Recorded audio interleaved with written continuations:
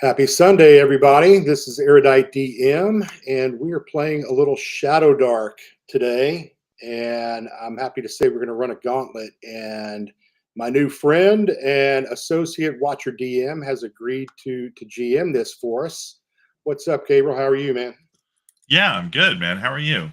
Doing great. I'm excited. Meeting some new folks today is always fun, and rallying the flag around Shadowdark is a good thing. So Absolutely. looking forward to this. Definitely. All right, cool. I actually am only seeing the Roll20 board up. Is that as expected right now? Let's see. Let me flip through a couple. Okay, there we go. Yeah, Sweet. I assume you want some players on there and our pretty faces on there. Is exactly. that a better see these look? beautiful guys. Yeah, this is good. Yeah, cool. Catching up. Hey, Mark, how are you, buddy? Mark's genre mixer logged in, and we have a couple of folks watching, so this will be fun. Cool. Yes. All right. So I guess let's do just a roundtable real quick to get everybody introduced. If you don't know, Mike is Erudite DM. I guess this is your channel, so do you want to introduce yourself to the people on my channel who might be watching? Yeah, sure. So I am nobody from nowhere who started playing D&D in 1978 with a couple of friends while they were skateboarding, and we all went inside to play something called D&D, and I was like, what is this? Dice and, okay, some grid paper. This looks fun. I was probably sixth grade, maybe, something like that, seventh grade. Okay. And I had just finished or started reading The Lord of the Rings. My mom gave it to me in 77 for Christmas. So I started reading that. I'm like, oh, dwarves, elves, hobbits. I know what all these things are. Orcs, cool. So I think I got to play somebody's hireling with a spear or something and tote their stuff around the dungeon. But anyway, I played until hey, Michael, how are you, bud? I played until about the mid 80s, but then I quit about 86, and I literally did not play until about a little over 2 years ago.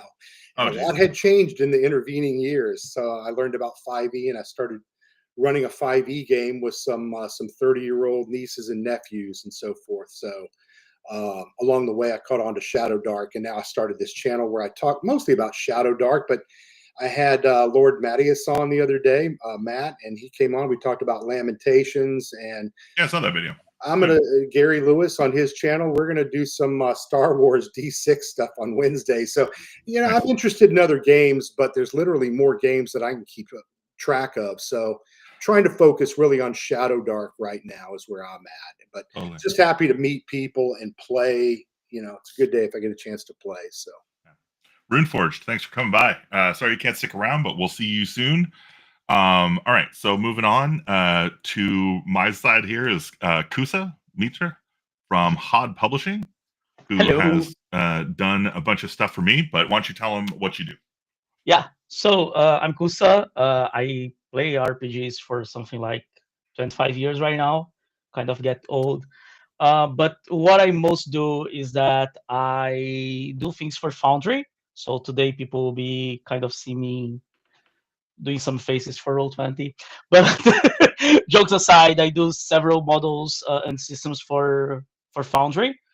And I didn't have much time to play recently, exactly because things are going crazy and a lot of work to do on that. But yeah, happy to be here.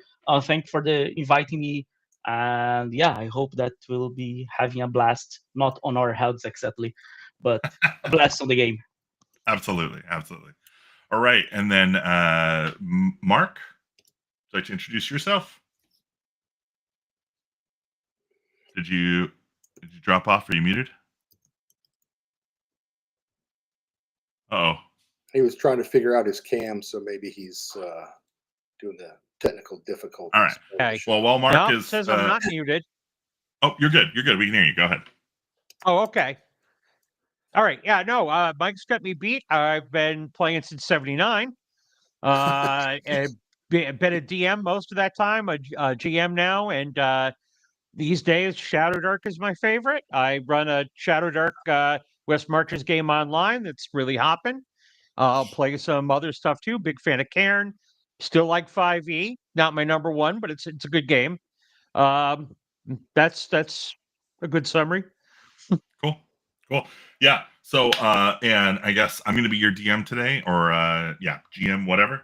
My name is Gabriel Watcher. I am Watcher DM, so I make a bunch of adventure content and YouTube videos and stuff for the last 5 years. And today we're going to be playing one of the adventures that I've made called Cave of the Slumbering Crawlers. And I have a Kickstarter going on right now, so I just want to anybody who's watching go to Kickstarter and look for A Privatized Little Hell. It is a 5e adventure module that we are kickstarting. We've been working on it for a few years, so check it out if you will. Otherwise, let's get into it. Who have you chosen as your first character, Mike? I just did them in order. The first one is Bomb, and Bomb is a half-orc cult initiate.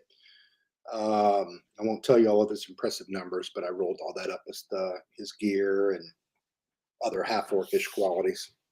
Sorry, so you said Bomb? Bomb, B-A-H-M. Oh, cool. All right, sweet. Let me get you added here. I think this is Mike. Add turn. Okay. And Kusa, who are you playing? So the first one is Shakog. He's a half orc soldier, Okay. which oddly enough he does not have a sword. Okay. Yeah, fair. So you must have lost it. Okay, and then Mark. What character are you playing first? I'm going to continue the theme. I got a half orc as well. His name is Bad Snar, and he's got a background in the Thieves Guild, but is not very dexterous. So I'm not sure. He's probably looking for another line of work. All right, cool. So, I'm going to say the adventure starts today with the three of you actually all waking up in the same place. This may be the first time you're meeting each other, but you feel a kinship with one another. You look around and you're like, oh, wow, that's good to see you. Birds are chirping outside. The sun is shining if you like sunlight. The bed you were in is warm, but it's not holding you down. Yeah. What does everybody do? Let's start with let's actually start by rolling some initiative for your characters so we can get the turn order started so we can do the loop.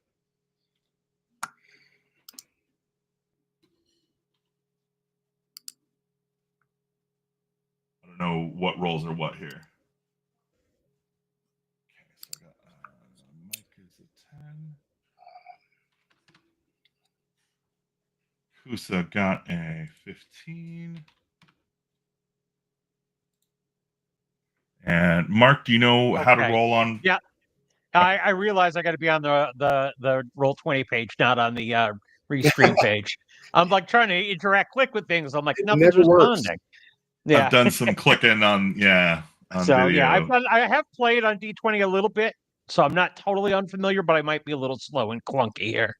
No worries. Okay, so you got the initiative, so you weren't all that far off. Okay, so we have Mark is going first. So yeah, Mark, you wake up. How are you feeling today? What do you do?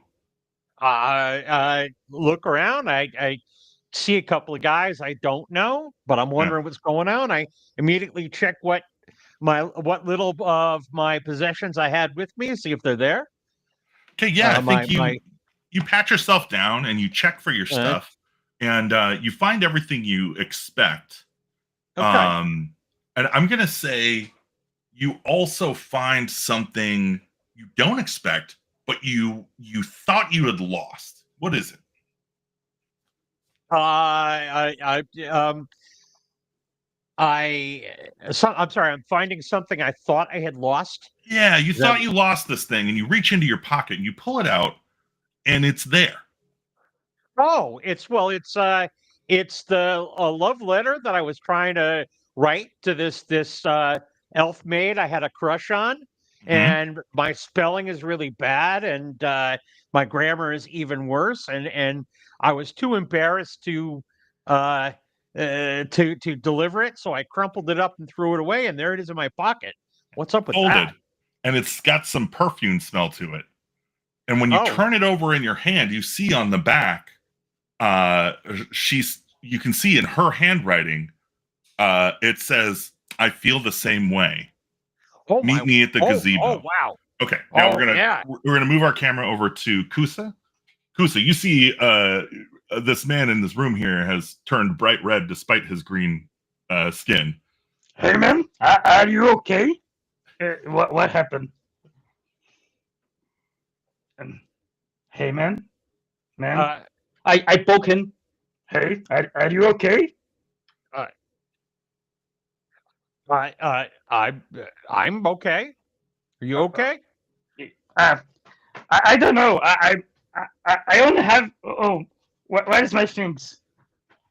Yeah, you look around and your things are all there. And I think you had said something about being a soldier who didn't have a sword. Yeah. Yeah, but you look over and actually sitting right by the bed is a sword. I don't think you initially recognize it as your sword, but when you put it in your hand, it's like it was kind of made for you.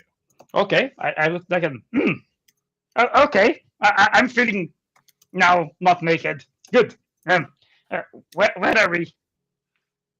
Yeah, so it's a good question. You kind of look around and you see that this place resembles your home or your room, in that you feel like it is yours, but I think you can sense that the other people in this room feel the same way. It's a very comforting place. And yeah, so you're kind of, it feels like you're in your home, maybe your mother's home. Okay. All right. Mike. Well, Baum opens his eyes just barely enough to look around and see what's going on because he hears voices. Mhm. And then, being a good half orc, and that half of my ancestry tells me that I'm hungry. So I start thinking about where can I get something to eat. Yeah. And I sit up and I greet the others. Cool. Yeah. As soon as you kind of sit up, a smell comes across your nose. It's your favorite meal. What is your favorite meal? Something that had parents. Like, So probably not a dinner roll or a biscuit. okay, It's going to involve some sort of meat. something that was slaughtered. I was thinking the same thing. Wild boar, Okay. boar maybe might be. Yeah. Pork, like a pork tenderloin kind of thing. Yeah. Yeah. So, a spicy kind of pork dish is obviously being cooked in the next room. And yeah, you smell it. It makes your mouth water. You're hungry for it, but you don't feel like the pain of hunger. And yeah, you sit up and say hey to the others. I also look for that ale from last night because I thought I had a mug when I went to sleep, and if I left anything by where I was huddled up in the corner, I wanted to see if I have any of that left just to wash my mouth. Yeah, I think you look over, and sure enough, on the table is the mug, as you expected. Although it looks like you didn't drink any. The ale is to the top. The ale is to the top. Okay, well, I pick it up and make sure Smells good. Nobody peed in the cup overnight and it was empty. Used it for a toilet or a latrine. It smells good enough to me, so I down that ale to start. Yeah. I don't want to blow your mind too hard here, but I don't think as a half orc you have much experience with cold beer. This is your first refreshing cold beer. It just refreshes you, fills your mouth with that delicious crisp. Most of the beer you've had is probably pretty warm, but this is like my human lineage, obviously. But yeah, the beer is delicious and goes down easy. Absolutely. Well, I say we go find out where that tremendous pork smell is coming from and find another ale. All right. So yeah, I think we're back to the top with Mark. Okay. Well, I'm still sitting there with a goofy look on my face and a big smile and sniffing at my love letter, going like, "Oh, Do we all smell this pork too? By the way. Yeah, I think the room kind of Okay, so I'm fills like, with the smell. so it'll finally like I'll just take in a big whiff of this letter, but then all of a sudden it'll come through, and I too will smell the pork, and I'm like, well, I wasn't hungry till just now. Absolutely. So you want to head for the door then? Yeah, let's go. Cool. Yeah, you walk over to the door and open it, and on the other side is a nice kitchen, large, with kind of a big block table in the middle. There's a feast set out, and just as you're kind of opening the door, your elf maiden is setting down a huge plate of delicious pulled pork, wild boar, with some sauce. And yeah, she sets it down and she smiles at you broadly and gives you a wink. Oh, Hi, Mom. Aurora. Yep. Sorry. Yep. That's cool. No, sorry. My mom just showed up in chat. Hi, Mom. It's good to have good fans. All right. So yeah, you see her on the other side there. What do you do? What's your reaction? What do you do? My jaw drops, and I'm looking at the food, and I'm looking at her, and I'm looking at the food, and I'm looking at her, and I'm like torn, and I decide to go grab some food first and say thank you for the grub, and Mhm. I'll grab a nice big hunk of something and pop it in my mouth. Yeah, she giggles at that and rushes over to sit next to you and like feed you. Whoa, Yeah, yeah. it's pretty ridiculous. Okay. All right, Kusa, you see your friend here disappear into the next room. Hmm. New That's friend. very good. Don't know him. If there is fruit, if there is fruit, there is drink. If there is drink, I can be happy. And then I kind of follow him Mhm. and enter on the room, see all of that. Do I see a piece of meat that I can take without problems, or do I know people there? Oh, interesting. Interesting. So your character feels like maybe this isn't their food to have. Manners. He's feeling kind of home, but he's kind of still feeling some strange sensation that he doesn't know exactly what is happening, because Well, he Well, hold on. sees another So half orc there sitting there eating food. I'm probably gonna like just instinctively snarl at him if he looks at the food. But then I'll be like, oh no. it's funny you say that. Actually, I'm going to say that you have the thought that that's what you would normally do, but you also look around and see, there's enough food here for everyone. And you look past the table and you see that there's more food here than you could eat in a lifetime. Like this place seems like you feel like the scarcity you have known in your life is absent from your mind. Mhm. So So yeah, is you that- you almost go to snarl like out of habit, but I think you kind of like you raise a tooth and then it kind of turns into a smile, and you guys end up locking Yeah. eyes and smiling at each other. Yeah. I take one, take a beer, Yeah, kind of do a toast to him and start to eat, like very happy that I will not be hungry. awesome. Yeah, you sit down and eat some delicious food. All right, Mike. So, just to be clear, Mark's a half orc as well. Yeah, I think Yeah, all everybody three is of a us. half orc. We're all three of us. Okay. All three of you. With the hots for an elf maiden. Oh, this will work well. I mean, So I sit down at the table and grab a big shank bone and start going to town with my ale. And I whisper over at Mark and I say, brother, be careful with the elf maid. You might be walking into an ambush and I want to make sure you don't bring me with you. yeah, I think you're I think you say that, but like as the words are leaving your mouth, you realize how ridiculous they are. Like this woman would never hurt. In fact, you feel a kinship and a trust with this elf that you wouldn't feel with another half orc. Like you're like, wow, no, this woman made us this amazing meal. I feel safe and comfortable here.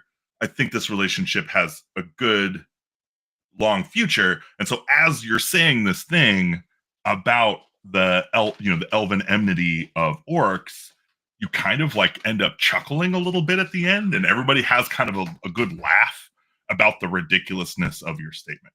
Okay, so we're assuming in this setting that half orcs and orcs, because to me a half orc is just an orc, and most people treat him the same way in other settings. So in this setting, the races are a little more. I don't know. You think back, or you're just saying like you want to think back to how you've experienced racial enmity in the past, and those memories are still there. Like, yeah, you remember hating elves, but right now you feel like that's just an absurdity. Okay, so this self-made has treated us well and given us reasons for trust and earned it, and there's a relationship there. I don't know. Like you've just met her. Oh, we just met her. Yeah, then I'll stand by my statement that be careful before you drag us into an ambush. So I think that 3 elven brothers come looking. Yeah, I think that you are experiencing some cognitive dissonance. Your character is kind of like, what? That doesn't. These two things don't add up. I would like you to make a wisdom check. Wisdom check.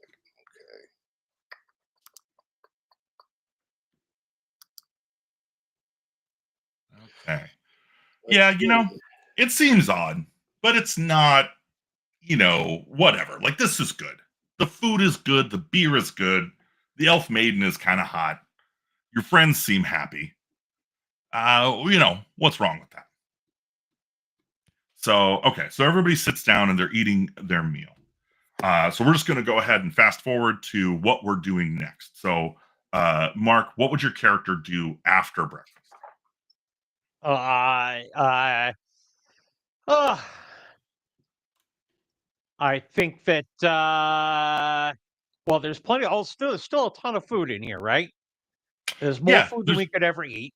Yeah, there's enough food. The pretty elf maid is sitting there and serving us food and making, probably bringing out cookies or whatever, or I think all of the eating is done.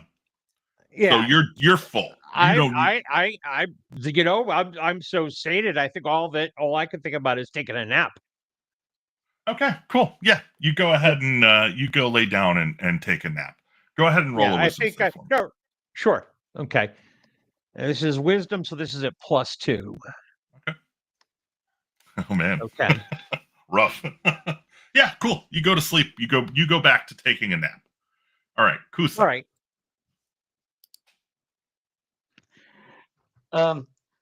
Shoko is looking to his friend, kind of going to sleep.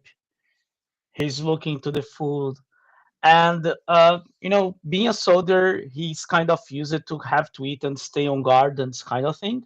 Mm-hmm. But what happens that normally he kind of plays some games with his other soldiers friends, to kind of pass the time and this kind of thing. So he'll see if somebody wants to play some dice game or something while he's just looking around and making sure that everything is okay, that no problem is happening, this kind of thing.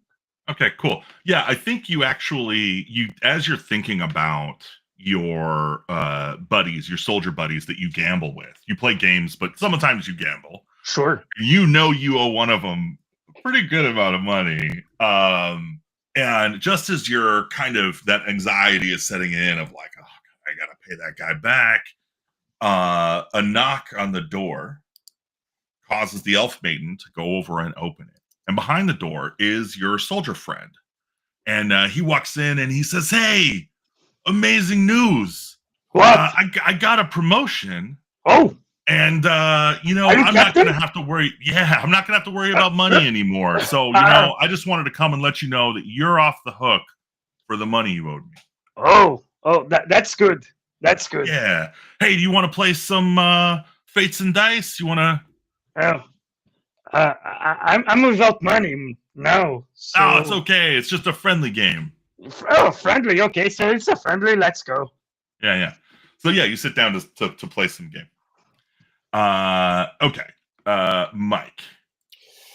Well, I'm a little worried. I don't have a coin in my pocket, So I think I'm going to step outside into the street and see what the weather looks like and what the day brings, and think about an opportunity to earn some coin. Okay. Yeah, you step outside. The sun is so I'm gonna say like orcs normally find the sun pretty off-putting.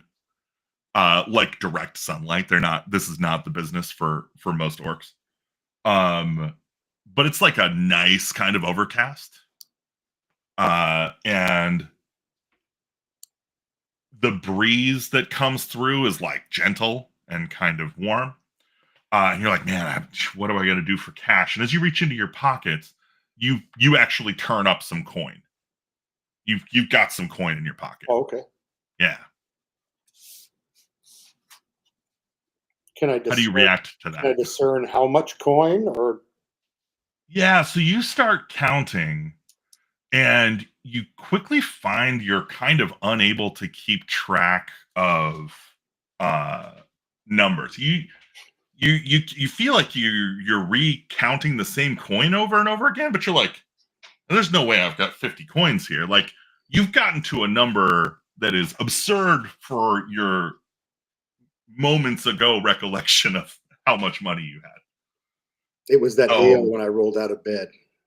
You know, it's funny you think that, but then at the moment you're thinking that, you're like, but I don't feel drunk, like, at all. I feel sober, like weirdly sober. I would like you to make another wisdom save. Let's see. I'm a -1 on wisdom. All right. Yeah. I don't know. It's good money. All right. Well, problem solved. So I'm going to go back inside then and go find my, try to kick Mark and kick him out of bed and see if where we're gonna go off to today, and Okay. Goose's character. Okay, cool. Yeah, so I think you go over and find Mark's sleeping body, and you go to kick him, and you feel like you really connect and kick him pretty hard. Mark, you don't feel anything. You just sleep right through it. He's in love. Yeah. I'm also going to pass over Mark because your character is sleeping. So Kusa. Yeah. You're winning this game. You are beating this guy's butt. See, if I had that, I would be paying you now. Yeah, he's a really gracious loser in this moment, in a way you have never seen him be. In fact, he's one of those guys who like lords over you every time he gets even a minor win. So to see him kind of taking the lickings and just being like, oh man, what a great move you made, and like just a really good sport, it's really disconcerting. Man, being captain is the best thing that happens to you. I can tell you, being captain made you another person. Well, it's kind of you to say. Yeah, I think you should go ahead and make another wisdom save as well. Oh, I don't think that I roll a wisdom save. Okay, then you haven't rolled one yet. I don't think you've really, you haven't. Yeah, we'll get to what it is. Go ahead and roll. Well, believe it or not, that's enough. Okay. Because the DC on this roll has been dropping each time you guys fail. And as you're kind of having this like gratifying conversation with your colleague, you feel something wet and kind of gross on your face, and you go to wipe it, and your eyes blink open, but you thought they were already open. And like for a moment, you're seeing kind of two things. You have like the vision of your friend in the game that you're playing, but also you're in this kind of dark place. It looks like there's shadows of bodies kind of hanging around, and there's like a shaft of light kind of taking up the middle of this What the space. I tried, he's trying to kind of get his vision, on focus, and I think that I drink too much because that That board didn't sit well on my stomach, it seems. Yeah. As you're like reconciling the fact that you actually don't feel drunk at all, and the fact that everything you've experienced so far has been pretty unbelievable, it starts to kind of slip away, and the reality you were in moments ago is now replaced by this new, much darker reality, where you are kind of slumped up against a wall, your body kind of covered over by a slime, kind of a ooze material. But your eyes are open, and then a shaft of light kind of comes down into this big cavern. What is what? Hey, oh, wake up! You Yeah, both. and you can see your two allies, the two people that were in the room with you, are likewise in these they're just kind of stuck up against this wall and with this weird stuff over them, although they're kind of twitching and smiling. I start to yell to them, wake up for this dream! Come on! Okay, so you It's run just a around dream. and kind of wake them up. Can I go out of from this slime? Yeah, you have physical control of your body. You can kind of move stuff away. And So I start to go out and start to shake them, trying. This is Sparta! Wake up! Wake up! Wake up! All right. Let's see. I think I had this wrong. Oh, no, I don't. Okay. This is Mike. Save changes. Okay. Let's get Mike, you might want to zoom in on your go in there. Roll20 there. Yeah, the three of you have awoken in a pit. There is some daylight coming down from a hole in the ceiling high above you, 30 or 40 feet. The memories of your perfect, glorious morning that you just went through are quickly vanishing, like too quickly, I think, in Mark's case. So yeah, Mike, what do you do? I make sure I have my bow and my 5 arrows. Okay. You check yourself for equipment. Yep. If you had it on your character sheet prior to that sequence, you have it on you. Okay. I've got it. So I instantly knock an arrow and begin to look around. The only available light is coming through the hole in the roof or in the ceiling up above. And I look to the shadows on all sides and try to make heads or tails of where the heck we are. Yeah, so you can see that this place is littered with people in varying states of living, dead, and decaying. Almost all of them have this kind of slime oozed over them. And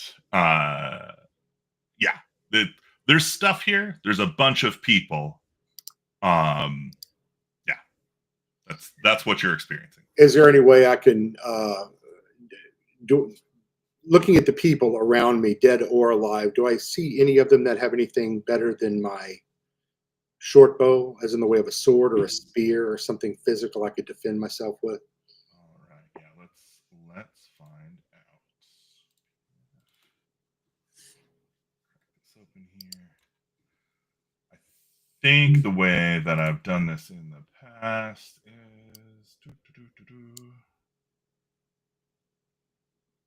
yeah, so I'm going to say go ahead and roll a d20. If you roll an 11 or higher, the answer is yes.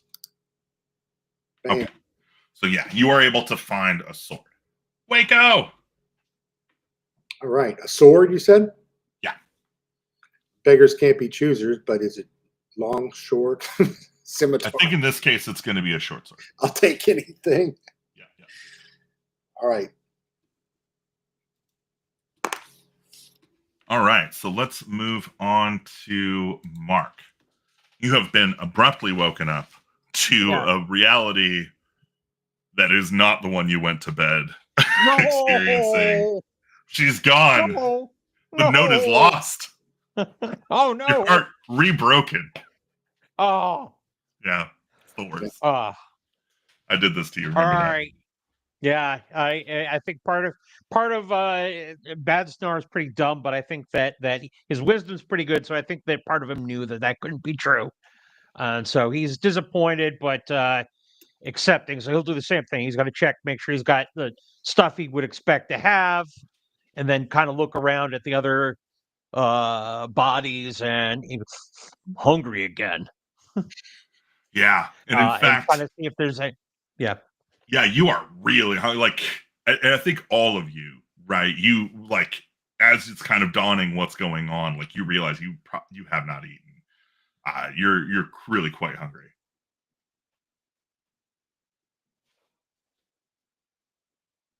Mark? perhaps I'll just poke around and look for see if I can find anything useful. Okay. Yeah. So I think you rifle through like a couple of corpses, maybe. I think one of them turns out not to be a corpse if they're alive. You find a couple of muddy torches and like a couple of coins. What do you think your character would find really useful in this moment that you don't have on your well, torch sounds pretty great, actually. Okay, so there's a couple of muddy torches. Are those sufficient? Yeah. I've got because I've got flint and steel, so now I know that if we have to venture out of the light here, I got something I can go with. Cool. All right, so you have kind of searched the area and come up with a couple of torches and some coin. Kusa. Shago will look to where he saw. Sorry, I didn't get all the characters' name yet. Sorry for that, but he saw that the other guy found a sword, so he kind of automatically start to see, and he remembers he getting a sword on the dream. So he'll look for his sword or something like that. He opens his small backpack and just find a single torch, which really doesn't. It's good because now he say, "Oh, we have more than one torch," but did you see any other sword there? And he'll try to see if he can find something to defend himself, because right now he's almost feeling naked because he doesn't have any weapon. He just have a torch. Yeah. Go ahead and roll a d20. Sure. Okay. Yeah, no, you don't find any weapons that are usable. Yeah, I think you find like a spear, but it's just broken, and the like tip of it is just kind of rusted through. I heard that animals doesn't like torch, so yeah, we are protected. Yeah, this is fine. All right. So who is lighting a torch? Well, I guess I might as well. So I've got two of them now. Shago will look and say, "Let's use you one at a time, because we don't. I don't know how far we are from the entrance or what is happening. So let's keep them and use one at a time." Okay. So you light the muddy torch, which I'm going to say lasts for 30 minutes. Oh, okay. So we start the torch timer now. And yeah, Kusa, who is holding the torch though? I can hold that. Okay, I'll pass it over. Oh, cool. I have one. Well, I already lit this one. I'm going to say you've lit one, so don't both of you light one. Yeah. Okay. And I'm just going to turn on bright light at 15 feet and low light at 15 feet. Save changes. So, Kusa, you should see some light around your character now. Yep. Okay. I see some light. Awesome. Yeah. Go ahead and tell me what you would like to do. First, I want to check that everybody's okay. That nobody. There are a number of people in this room that are not okay. No. I mean, at least the Bam and Mark's character. I forgot his name again. I'll have to take That's it right. And I probably won't be around long enough for you to learn it. So, but it's Bad Snore. Bad Snore. Okay, so I check just that Bomb and Bedsnar are okay, and say, we have to find a way out of this, whatever this is. And Okay. I'll start to just kind of go around here to see if I see something around here, this area here, to see if.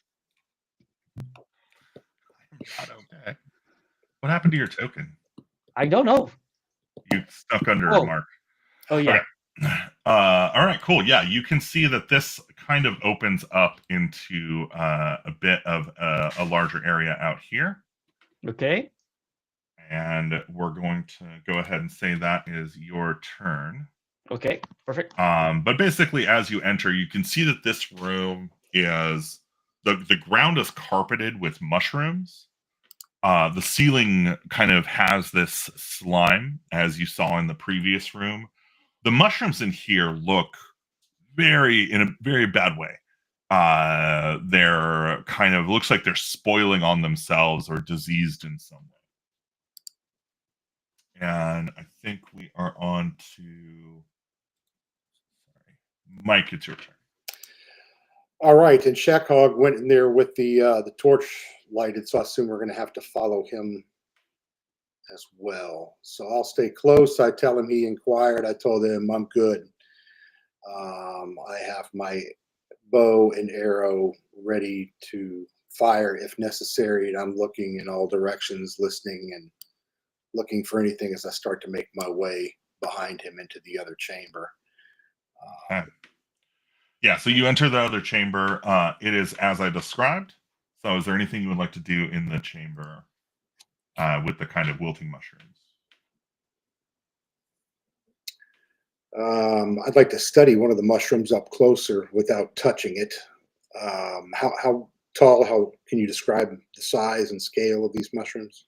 Yeah, so it's actually kind of all over the map. There is a blanket of kind of really small mycelia, kind of grown in little clusters, and then there's some larger kind of mushrooms that are grown like a bit bigger. Some of them are like that kind of conical shape with the holes in it. A bunch of them are like more standard kind of fat top mushrooms, and then there's even some kind of big bulbousy looking kind of mushrooms.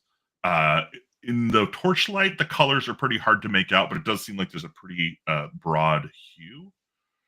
Also, I'm going to say, as you approach this, you do kind of bump your foot against some of the mushrooms, and as you do, you can see some of them like react, like they kind of a dull glow kind of erupts from the top of a few of them. All right. It goes out pretty quickly. I make a note of that type of mushroom, and I'm going to try to pick one up and pull it free, thinking that maybe I could use it later to use for a temporary light. Yeah. So yeah, you pick up some of these mushrooms, and yeah, it seems like if you strike the mushroom like kind of hard, it'll glow at about half a torchlight, and it goes out in a few minutes. So I'm not going to make you wait a few minutes to experience that, but like know that it will go out in a few minutes. All right, so I pointed it out to the other two and tell them that, hey, this mushroom here could be light if we need to relight a torch or find our way out of here, and that's all we have.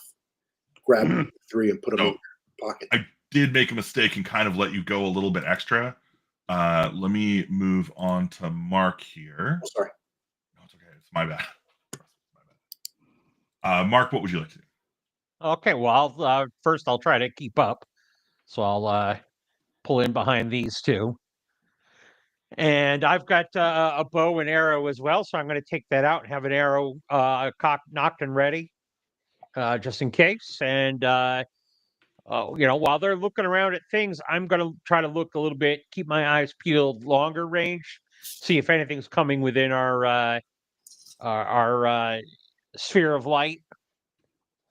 Yeah. So yeah. So you're trying to do a little bit of kind of reconnaissance to like pick up what's going on around. And I'm going to say, let them search things, and I'll watch for anything that's looking for us. Yeah. So you can see that the cave you're in kind of stretches off to the north. and it seems like it kind of bows out to the south. So that southern area seems like it's closed off. It's where just a bunch of mushrooms are, and they're all in a pretty bad state. To the north, you can hear some movement. I think at first it's unclear if it is from, the dripping of this kind of slimy stuff from the ceiling. But yeah, I think pretty quickly you key into there is some stuff moving around up there to the north. You're getting some echoes. Okay, I'll give a nudge to each of my guys here, and I'll kind of do like a head nod to indicate something's up that way. Cool. And by the way, for this part, I know everybody's saying we're going to keep up with the guy with the torch. Just go ahead and keep up with him. As he moves, if you want to stay close to him, just move your token over there. That's fine. All right. Back to Kusa. Shago will, with the light, will look to them and should they go to there, or do you think that the exit is there?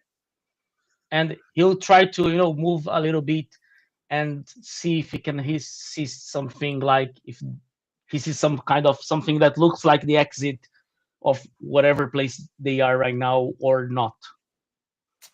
Yeah, so you kind of look up the northern shaft of this tunnel, and I think with the torchlight, it's bouncing off of all this glistening kind of ceiling material. It's really hard to kind of piece together anything beyond the 30-foot range of your torch, but you don't see any natural light within eye shot of a northward look. He looks kind of behind. Should they go there? And he's kind of start to prepare to go look into them to see if he sees some reaction from Bedsnar or Baum, like saying yes or no. Bedsnar will kind of like give a little bit of a shrug first, but then not yet. So south it is. I think he said nod yes. He nods yes. Oh, nod. Okay, so yeah, sorry. So he starts to walk a little bit to the north. Okay. Right. Go ahead and stop there. Now, Mike. Yeah. So I think you had kind of done some inspecting around these mushrooms. Mm-hmm. And I'm going to say that you picked up the few that you did and kind of checked the light capabilities of them. And as you were digging around in there, you found the edge of a hard object that doesn't seem like it's like not part of the ground. And I think you kind of uncovered a little bit, and you see the edge of a shield. Yeah, there is a scuffed, heavy shield. Oh, great. So I scrape that away with the sword, and I pick it up, and I call the other two. Look, a shield. This could help. Could help me, because I'm going to carry it. If you were to sell it, it would be worth 10 gold pieces. 10 gold. Okay. But yeah, what do? You found the shield. I'm going to say kind of as the last part of your last search. Yeah, I pick up the shield and I brush all the dirt away and try to clean it up as best I can and see if it fits my arm and if it feels comfortable. Now I've got a sword and a shield, and I put the bow and the arrow back in the quiver. Okay. And then you head north with the rest of your allies? Yeah, I'm all for going towards the sound, okay, seeing what we can find out there. Mark?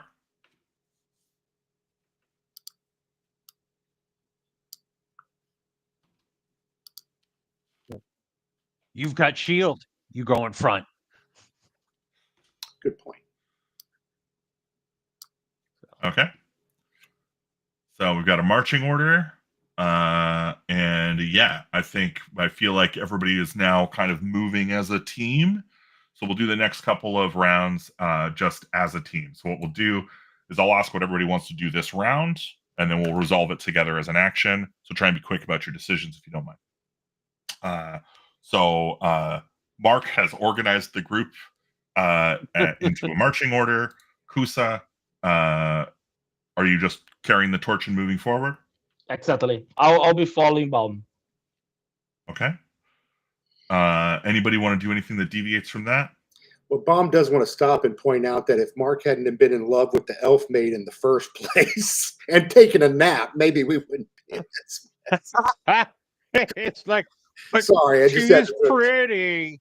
No, that's fine. I like. Good. She's It pretty. is good to chide your allies. I think that's Okay, there's 3, and then I'm going to go. let's do that. You got 3 more. Okay. Then yeah, go ahead. All right. So, as you enter this section of room, you realize now what the sound was. You can see 3 giant centipedes.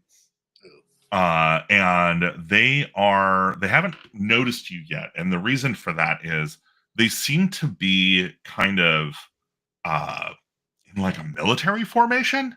Like the soldier in the group would immediately see that this is like almost a shield wall kind of attack that they're using against these 2 kind of at the edge of the light. You can see that there are 2 lizard men who have spears and are like trying to get at these giant centipedes.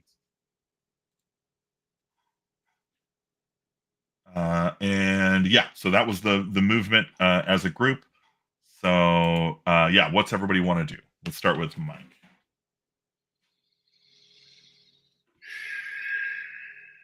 Well, let's pick a side, huh? Centipedes or lizard men.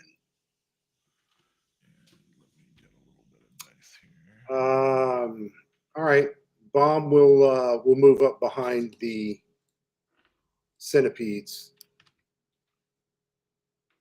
in this direction and try to draw them off and see if any come his way, away from the lizard men.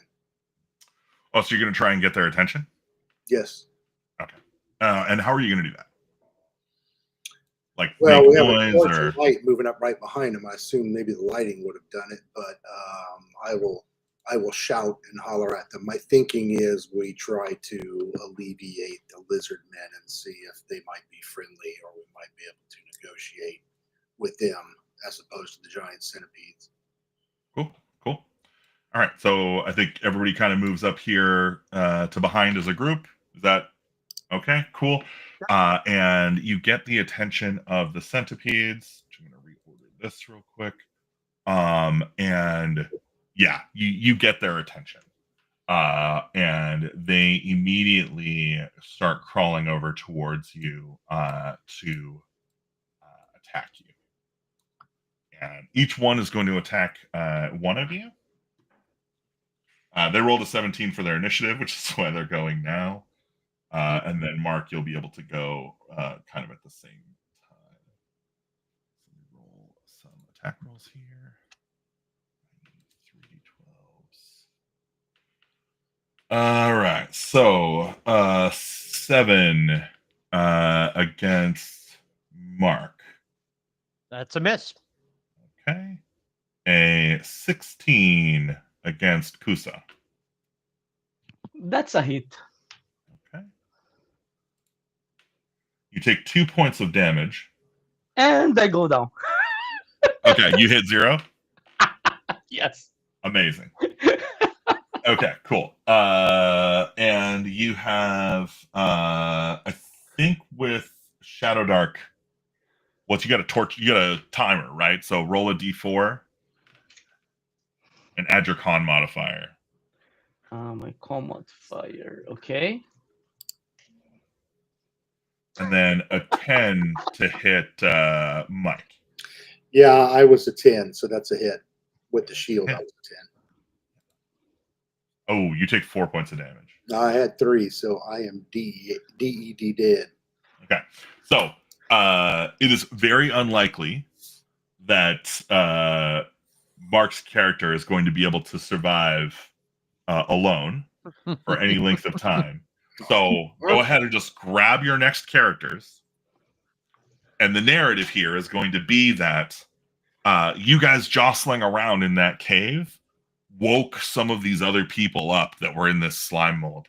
And they have kind of followed you out and are now taking your place. So you can just put them exactly where your guys are. They're coming in from the south. and they can even pick up your weapons or whatever you dropped. Yeah, there you go. Okay. And same for you, Mike. Okay. Or sorry, same for you, Kusa. My bad. I know what's going on. I do things. Okay, cool. So that was. We're back here now. I think, Gabriel. Well, no, I think so. Sorry, I think Mark. Yeah, so Mark, I think, is still here Yes. because you haven't. Okay, cool. Oh, I thought you said my guy was dead. Sorry, my misunderstanding. No, I think we missed you, right? Yeah, I think that you Yes, was you a did. 7. Yeah, he was the Okay. survivor. Cool. So you're good. I misunderstood when he said bringing your new characters. I thought he was talking to all of us, but I realized he was talking to just you two because I actually survived a round of combat. You survived the wrong round of combat. All right. So, Mark, it is your turn. Get your retribution. Your allies have been killed. Okay. Well, I see the three of these. The other two fell. There might be some people coming, but I still don't feel too good about it. So I am going to head off down here.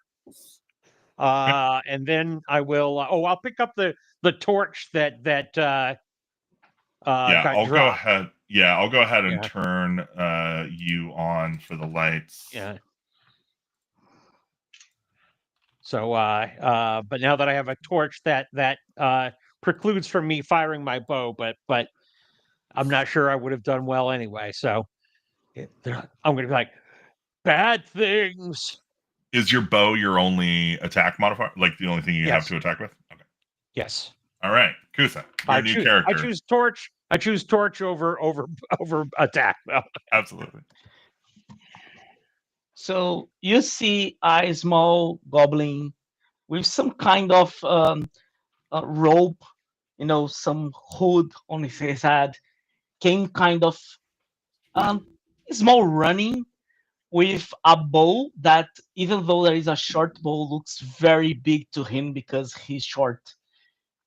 And he's just hearing this kind of thing. He see the scene of two half orcs going down, and even though that he's very very afraid, you can see that he's kind of preparing to try to shoot one of these creatures that he's seeing, and right now he's only seeing the centipedes and is the one that were attacked. So he's just saying, they will die, they will die. Okay, go ahead and roll your attack roll. Sure. And while he's doing that, you can see that he's not very good with the bow, just to be very clear. Wow, you weren't kidding. Yeah, I'm actually gonna say that the shot never leaves the bow. Kind of shots at him. Oh no! Turn arrows comedy this of way errors. around. All right, so as that wraps up, you see the crazed lizard men emerge from the darkness behind, and realizing the opportunity, they're going to go ahead and attack these creatures here. So let's see. 10 plus 2, 19. Okay, so 2 of them hit, 1 of them misses. And I think the damage for this is D6. Okay, 1 dead. So 2 of the giant centipedes have expired from these lizard men. And Mike, it's your turn. Okay, my new character is Bunt, like the cake. He's a halfling scholar, and assuming he has the same bow and arrow, I'm going to fire. Let me ask a question. Do I get in the Gauntlet the ancestral invisibility once a day for 3 rounds for a halfling? I don't see why you wouldn't. Okay, just making sure. All right, I'm going to fire my bow at that centipede. Okay, yeah, go ahead and roll it to hit. Okay, here we go. Hey. 16 is a hit. All right.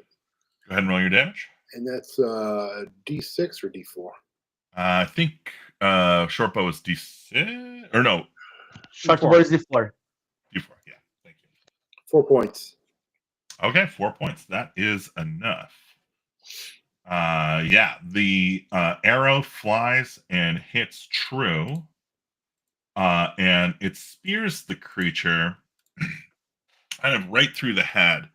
And you can see that where the arrow has punched into the chitinous shell of this creature, there's like a soft spot where you hit, and coming out of that soft spot was like a strange, kind of looked like one of the mushrooms on the ground, like a strange kind of fungal growth was kind of coming out of its head. Yeah. And yeah, I think so. That is the 3 giant centipedes dead. Mark. I'll look at the lizard people and say, "Good teamwork, friends now, right?" Okay. So the lizard folk all turn towards you cautiously with their spears held, and they are making like menacing movements towards you. But yeah, I think they kind of look past you, and like kind of motion for you to get out of the way. They obviously do not speak common. Okay. I will duck into like the niche of the wall there. Let them pass. Okay. Kusa. Fruga is the name of this goblin. He's looking very kind of confused. He doesn't know where he is, and he just looked to the other 2 guys. Exit? Where is exit? And he's trying to see if he can see something from the guys or not. And if he doesn't, he'll just kind of prepare to thinking like he's trying to look around here, but because there is not so much light, he's not so much able to do that. So he's looking to the other guy saying, do you know where is exit? Where are you going? Okay, so he's being confused. Yes. Okay, that's fine. And trying to understand what is happening because he just wake up from that thing. He was having a very good dream about, goblin things. Yes, of course. All right, cool. All right, so it is the lizard men turn, and yeah, they are going to kind of march past you. Although, wait a minute, Mike. Oh yeah, no, that's fine. Okay, cool. So yeah, that's they have gotten this far, getting past you. I think maybe a little bit farther here.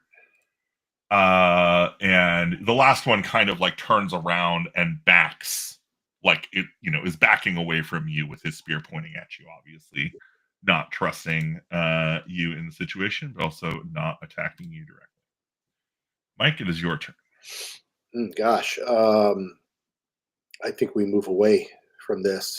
So I asked the other 2, do you want to follow the lizard men or move forward to where they came from, the rest of this cavern? And if they were trying to escape, we could go there. But if they are trying to escape, we should follow them. But if they came to here, we should go there. But we can try to see. Do you have the light? Do you know anything from here? We can just go there. I have the torch now. I don't know. Who's this? Did I screw up? That's me. Yeah, it's Mark. Mark has the picked torch. I picked up the torch that Oh man, got dropped when before when Kusa fell. The shackle fall.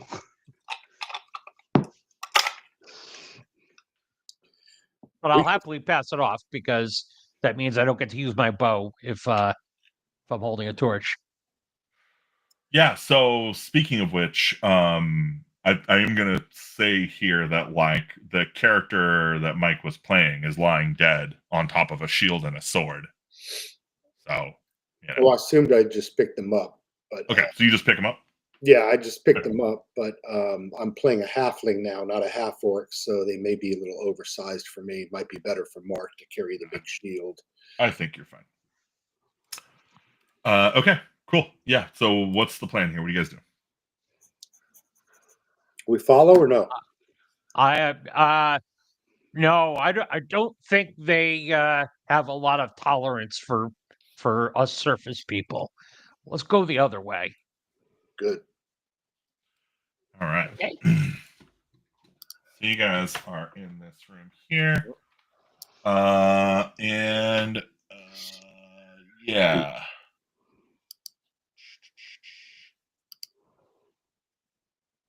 Yeah, so throughout this room, you can see that there are a bunch of mushrooms carpeting this room. They look much healthier than the ones deeper in, like where you were. Also, the slime on the ceiling has gotten quite thin. It's pretty spotty in here. And you can see there are a couple of large pools that kind of mark the floor, like bigger than a puddle, but not quite a pond, of some fluid on the floor.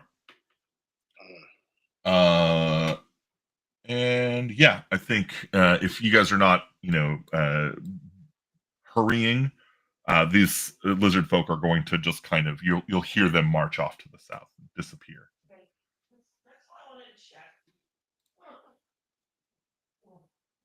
And I think we'll start with Mark. Great. Yeah, just be cautious, watching for. Because we've seen lots of like slime dripping from the ceilings and stuff. So kind of keeping my eyes up as well as in front of us, and just cautiously moving forward.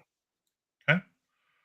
So yeah, as you continue going deeper, you can see that the tunnel kind of breaks off to the north, and then it looks like it also continues to the west and south. Who's that? I'll be basically Fluga is kind of very disoriented, so he's just following the people, hoping that they know where the exit is. He has a short bow, so he's kind of prepared that if he sees something that looks like menacing or something like that, he'll be prepared to just shoot right away. Even though that his latest attempt was not very good. Got it. Okay, so just moving along with everyone else and being ready with your bow, Mike. I'm worried about our light. I think you said we had a 30-minute torch. Was that right? Yeah. Yeah. So yeah, you examine the torch. You do see it is starting to burn out. Yeah, it's going to be. So we need a second torch. How many torches do we have left? I think you only have the one two, more. Unless somebody had any with them. I have one torch if we need. Okay, I think the torch you have, Kusa, is a real torch, right? It's not a muddy torch. No, it's a real torch. Yeah. Actually, Yeah, the torch that it was with Shago was a torch, and a Fluga has a torch too.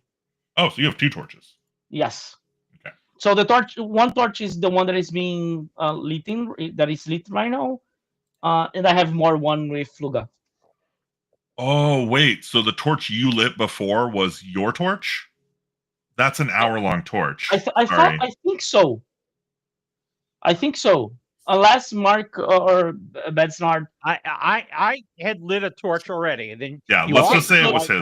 So it was his. Okay. So it was his. So That's this fine. means that there is two torches yet. Okay, so you're gonna light your torch now, which is an hour torch. Yep. Okay, so I'm starting that new timer now. Okay. And I'll cast mine aside. Okay.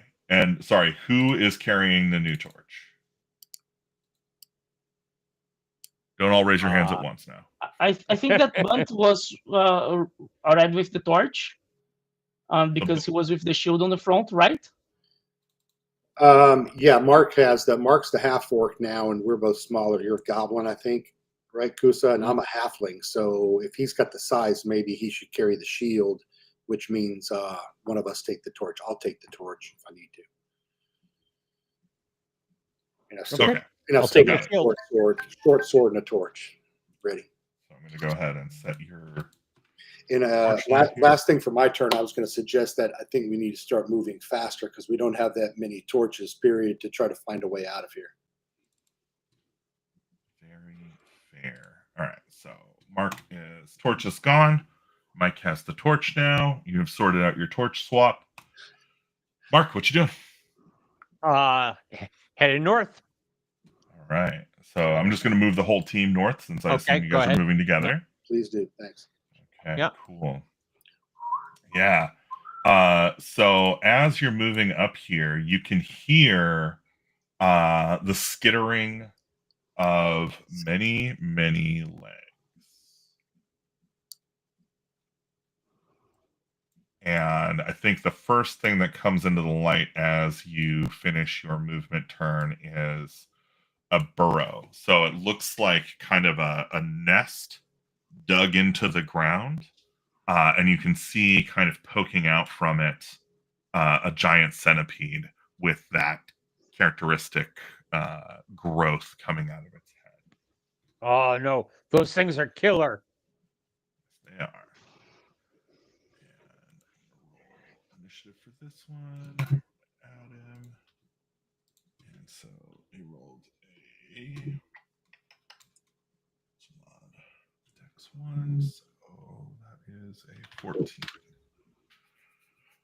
So yeah, you have come up here and seen them. You've only moved. So is there anything you would like to do as an like with your action, basically? It isn't movement. I've got the shield now, so I don't have my bow out. So if there's a rock laying around I can pick up and throw at it, I will. Yeah, sure. Go ahead and throw a rock. I think this is just going to be Okay. a D20. Your Dex mod, if you hit, it'll be a D4. It's going to be Dex, okay. Well, I guess it could be strength. I don't know. Jeez, you Well, rolled a either crit. way, wow, I actually got a crit. Okay. Geez, what are the rules for crits in Shadowdark? Do you remember? Twice the dice. Twice the dice. Okay, cool. So yeah, roll 2d4. Okay. Hang on, why is it not? Oh, I'm sorry. It was rolling and I screwed up. So I got a 3 and a 1 for 4. Yeah, you did 7 points of damage. You crush this. The first 4. Okay, yeah. You crush this thing with your stone. You just throw this rock and its head just kind of collapses under the weight. And you hear behind it a bunch of shrieks as a bunch more you can see kind of chittering at the edges of the light. Kusa. Do I see any other creature or something? Like besides the one that just got killed? Yes. You don't see them, but only because of the torchlight. You're just too far out of the light. You can hear them. Yeah, because basically, at least for me here, where my character, I can see kind of a small part of them, so that's why I was asking. So, so these guys up here, yes, you can see those. Yeah, they're just at the edge of the light, though. There's also this one you should be able to see. Yeah, this one I cannot see too much, but this one, for example, I can kind of almost clear see him. So, if it's okay, I'll try to shoot him. Yeah, absolutely. Yeah. Perfect. So let's go, and you can see that he's preparing his bow, and let's see what will happen this time. Amazing. Yeah, have you ever done that thing where like you're going to fire an arrow and the like string like skips the arrow, and so the arrow stays in, but the bow like I think you do that. It's awesome. Okay, that was your turn. Mike, it is your turn. I think that burrow, is that like the black thing you have drawn there above the dead centipede? Is that like a hole that we're seeing? Yeah. Oh, yeah. Okay. I was imagining it was some sort of nest or a structure or a bag full of baby centipedes. I wanted to go burn it, but it's actually a hole, so never mind. Well, so it's a hole, but you're not wrong. Like inside of that hole is like a nest of not baby centipedes, but eggs. Does anyone have oil of any kind we could ignite and throw inside the nest? That'll make them happy. No, I've got flint and steel, but no oil. And no oil either. No oil. I'm going to suggest I'm going to fire my bow, and then we just move around this edge of this thing to the left and just start trying to run into the next chamber. And of course, we don't really have a line of sight. We wouldn't even know that's over there to our left, would we? It's a little metagamey for me to look at it and kind of go, let's go around the map over there that I can't even see yet. No, it's fine. It's fine. Like, we're having fun.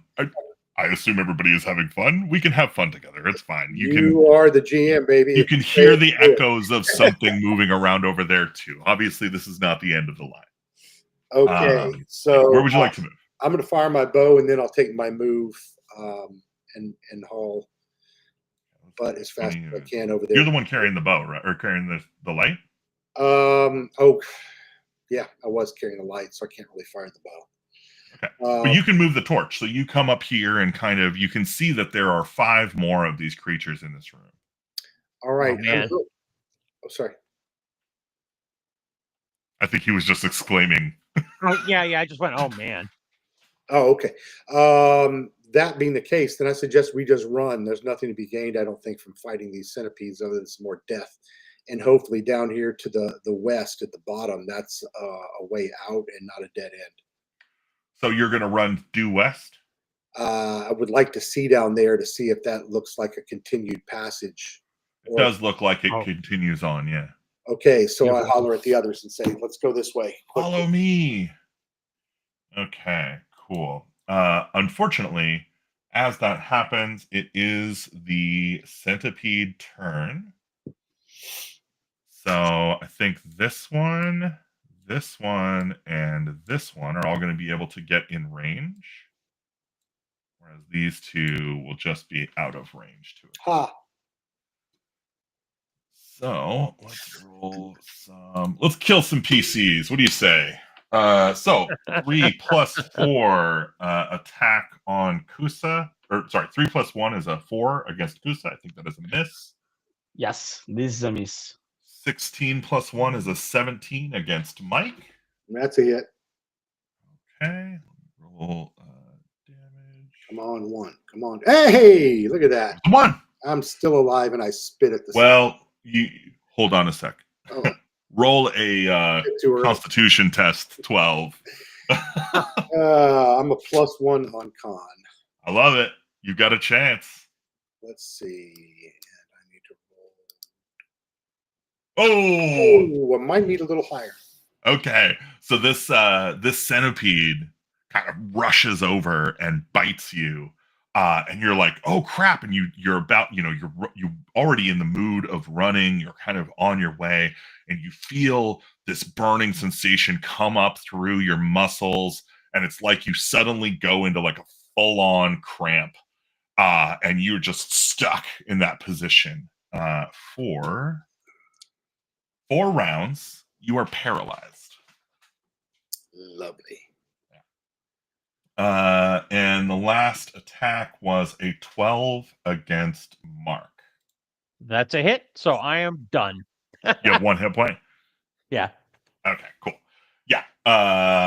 And yeah, that is, I think this is your character here. Yes. Okay. In fact, I'm going to turn the nameplates on. If you want to change your character name in the thing when you put a new character, it should show.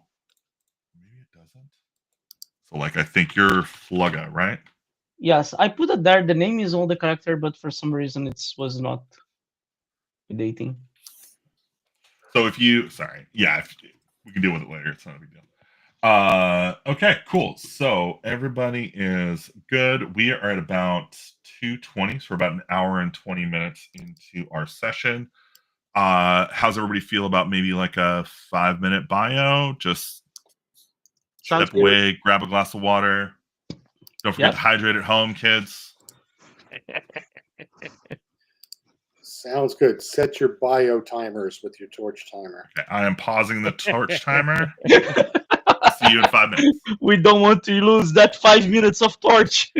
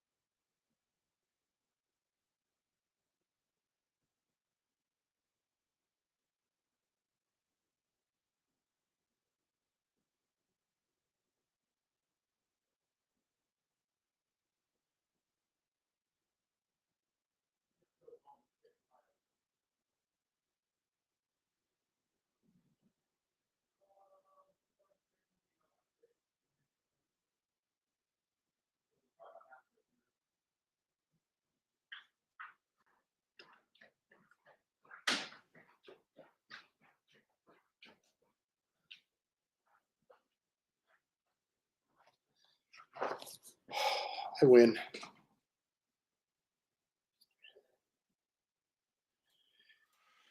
So it's 222 where I am, which me and my partner always say happy 222 or happy 111. So happy 222, my love. Deuce, I am deuce, saying deuce. over the internet. The triple deuce. Yeah. Hey, anybody listening on the comments too, feel free to throw any questions or comments or give us a hard time. Anything you want to do. Sunday afternoon. So Roast my adventure. roast our playing. You know, the funny thing is before we start again, Gabriel, is I'm realizing I'm a little too aggressive because I'm playing a sea wolf on Monday nights, a 3rd level sea wolf with 3 other characters. We're all halflings. So I'm kind of the big, meaty, beefy guy who gets at the front of everything. I'm like, oh, I'm not playing that guy now, am I? No. Yeah. And I don't have any of those advantages, do I? No, I don't. Yeah. Also at 0 level, you know, it's just like, hey, I got a shot off. you know, and that's kind of like the Yeah, I was I happy think to kill a guy. yeah, the fun of the characters I think is being more like you know, you think of them as like they are hit points individually. So when they get hit, they go down, you come in with another set of hit points and just kind of keep going and try and pick up, you know, what comes out of the little nerds that you get. It's like the half orcs were all, it was great to start with a cast of half orcs, but going into now having like a halfling. And, Yeah, I'm really hardwired, but again, that comes from my settings. So I assume that, oh no, his setting's different and all that. Although I probably was right. The elf maid did set us up. oh, well, yeah. I mean, like, obviously the whole thing is like an illusion, right? It's Yeah. just like, It's all a dream. We were actually Yeah. eating the mushrooms before the game started, and that's what happened. so yeah, so it's interesting. So are you watch X-Files? No. Okay, so there was an X-Files episode. I think they did it in Outer Limits as well. There's been a couple of sci-fi or fantasy things where they kind of use this trope where, like, you know, whatever, some slime mold or something has taken over your mind and puts you into this. It's like the Matrix, but, you know, slime. And it was really funny because, like, you guys didn't reject it kind of at all. It was like really, you were just like, oh, okay, like, let's go find some money. Yeah, it's really funny. I've run this game for kids a few times, and it always surprises me how quickly they're like, well, this is crazy. Like, this isn't real. And as soon as they say that, I'm like, oh, roll a die. And as soon as I say that, they're like, okay, something's going on here. And yeah, nice place to visit. There you go. But we are all half orcs with a you know, a banquet full of food. That's our dream. So nobody wants to wake up from that. Exactly. Dream come true, right? Start with our stomachs. Yeah. And those 3 have already paid the price, and now we're on to what? A goblin, a halfling, and what is Mark's next character? I don't know. Are you back, Mark? He's still in the dark corner of the cave. I'm sorry. Yes, I am. But you caught me with a nibble in my mouth there. Oh, cool. An elf. Nothing wrong with the mid-game nibbling. Yeah. Okay, so let's see here. So, Mark, who is your new character? Lauren?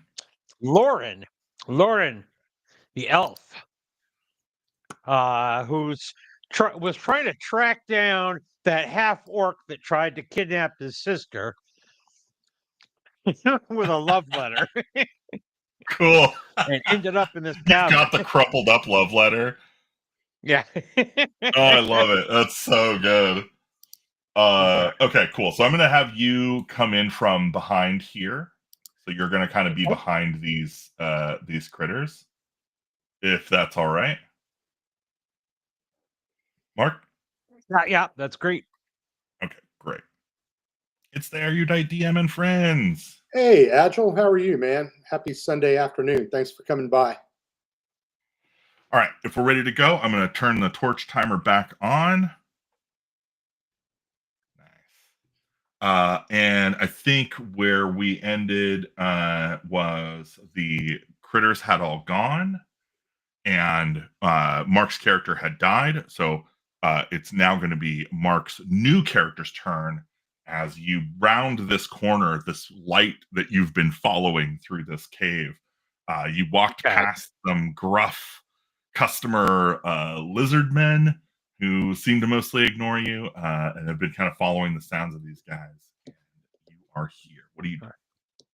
Alrighty, I am going to come up and stab this centipede. So This one or with this? with my dagger, which Okay. I actually have some skill with. 17 is a hit. 17. Nice. So let's roll a d4. 4 points damage of is a dead centipede. So which of these 2 centipedes are you going for? I think probably the one directly in front of me. Okay. So this one, oh, it doesn't. Yeah, that one. I think if you just hold, like click and hold, it'll ping. Oh, okay. Okay, cool. Yeah. So from behind, you hear one of the centipedes curl up and screech its death cry. And you hear, I think, a joyous yelp from what is very clearly an elf. Flugga, what do you do? Just a quick question. I don't remember that rule. Does if you try to use a ranged weapon to someone that is quite close, do we have any kind of problem with that? No, fire away. Sorry, Gabriel. Yeah. I'm sorry. What? You mean like a range minimum? Yeah, I think you're fine. So can I try to use the short bow or not, because it's far, right? No. You can shoot it within. You can shoot it here. That's fine. Okay. So Yeah. in that case, you can see that he's preparing himself to try again. You already saw that he's not very good on that, but he's. Oh, is that enough? 13. 13 is a hit. Whoa. Which one are you shooting? The one that it's quite. So actually, let me do. If I could hit this one, I probably could hit this one, right? Absolutely. So because I see a bad snarl kind of falling on the floor, I'll try to hit this one. So maybe I can try to help. Well, I think him it's before. bunt. It's bunt now. Oh, it's bunt. There one. Yeah, that's true. Sorry. That's Yeah. right. So All right. Yeah. So you hit this one. Go ahead and roll your damage. Oh, 1 point of damage. Okay. Cool. Yeah. It shrieks a bit. Why don't you go ahead though and roll a d20 for me? Okay.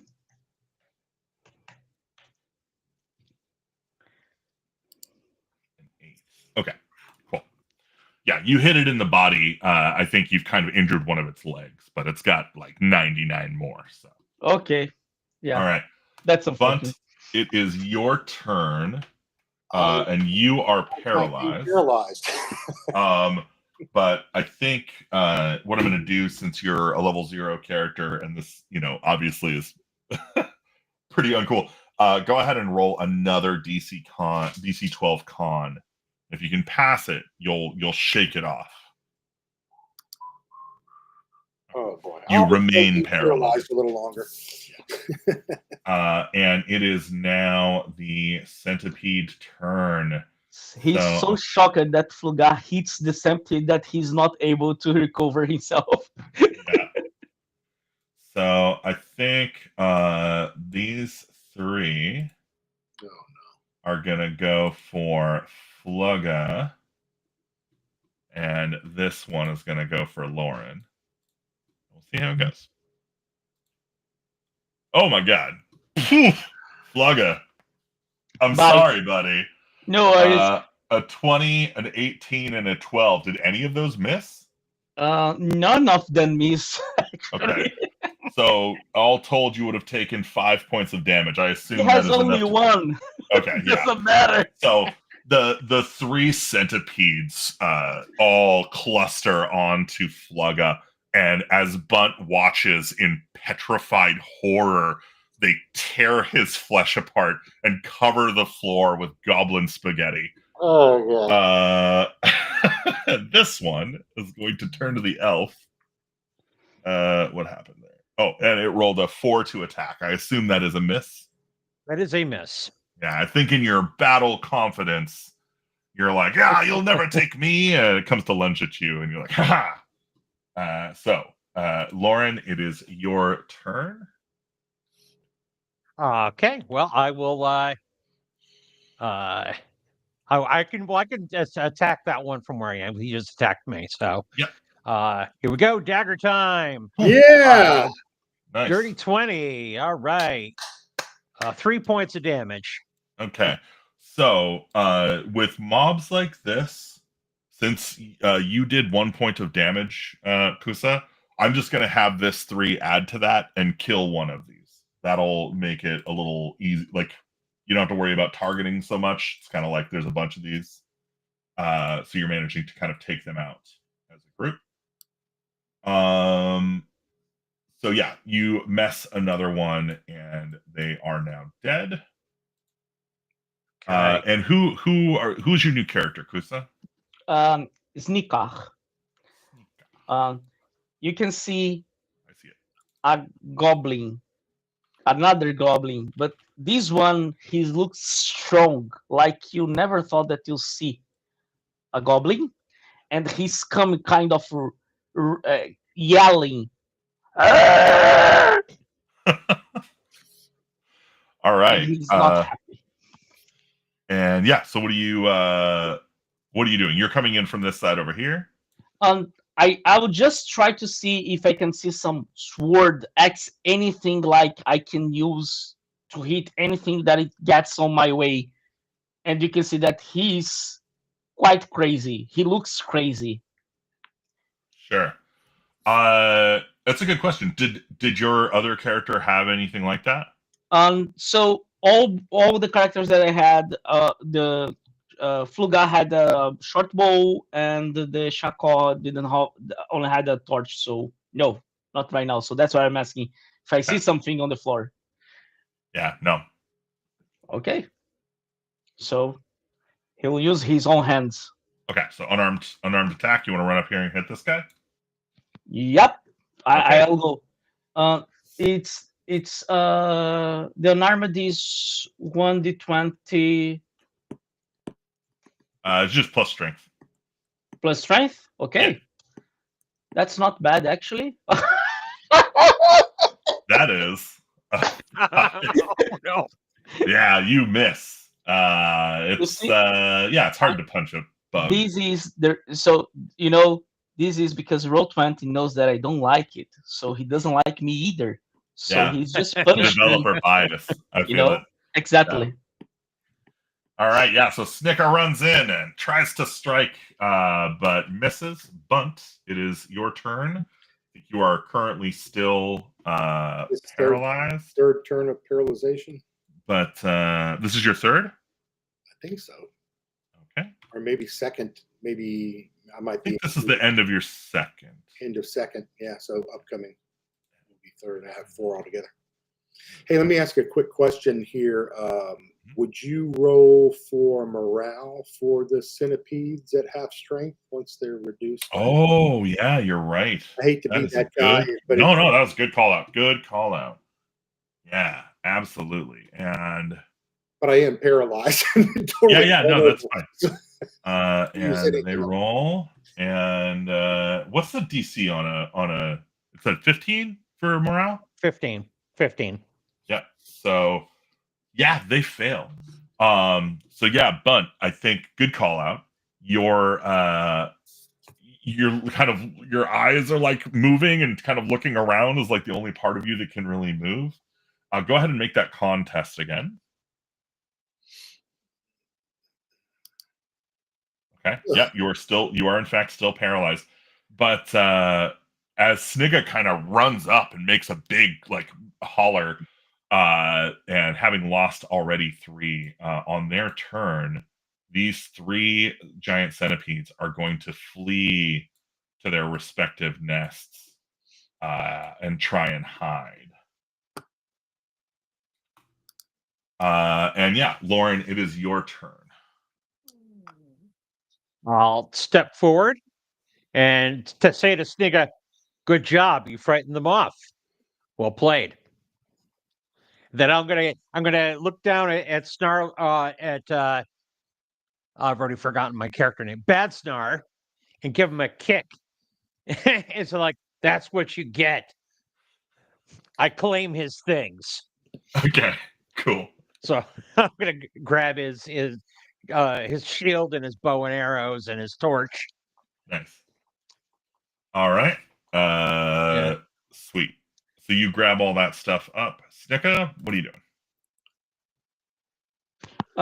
Snika will go closer to Bund, although he doesn't know the name of the guy. He's just looking. Are you okay? Hey, wake up! We have to go, man. I don't know what is this, but we have to go. Wake up! Okay. So you just try and get Bunt working again. Yes. And I think we are down to Bunt's last round of paralysis. Do you want to roll another contest? 15, Okay. finally. You managed to shake it off. You are no longer paralyzed. What would you like to do? Well, first I look down to see if I have a big centipede bite mark. It's going to make a really wicked scar. Oh, great. Yeah. It's going to definitely get some attention at the tavern. All right, so I stand up and try to shrug it off and get my things together. And trying to remember what I have. The short bow. Who's got the torch now? You do. You've been holding it the whole time. Oh, I was just holding it stuck on the ground with pearls. like a tipped over Statue of Liberty. Okay.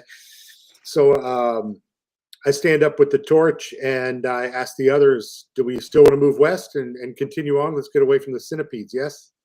Yeah. Well, I think these are new allies. Oh, yeah. Yeah. Well, here's what we were doing when everybody else got killed. Continue west. I was following this one. Yeah. He kicks Bad Snarl again. It's the same west. I am going to say, Dishonored Bunt, my sister. I'm going to say, as you turn around, Bunt, you can see in the nest kind of over here, there is something glinting in among the centipede eggs. Oh, okay. So the halfling darts over there to go dig around and prod around with his short sword in there looking for a treasure or loot or anything worthwhile. Or so that's your action. Ooh, wrong. Hopefully not a mother centipede coming out to sting me again. Yeah, centipede burrows. I think the it's nests. You find in the back of this nest, you find a golden bowl. And inside of that golden bowl is an egg. I want to say it's like kind of like a Fabergé egg. Like it's not a Fabergé egg, but it's kind of like really wild looking. Like it almost looks like a gemmed egg. Oh, wow. All right. So I make sure it's safe with my short sword to grab in there with my arm, and I reach inside and pull that out quickly. And then hold it up to the other guys, and I shake it like this, you know. Yeah, so I love that. In like one hand, you're holding the torch, and in the other, you've got this bowl with this cool egg in it. So go ahead and add these to your inventory. You have the egg of the cockatrice worth 100 gold pieces, and you have a golden bowl worth 15 gold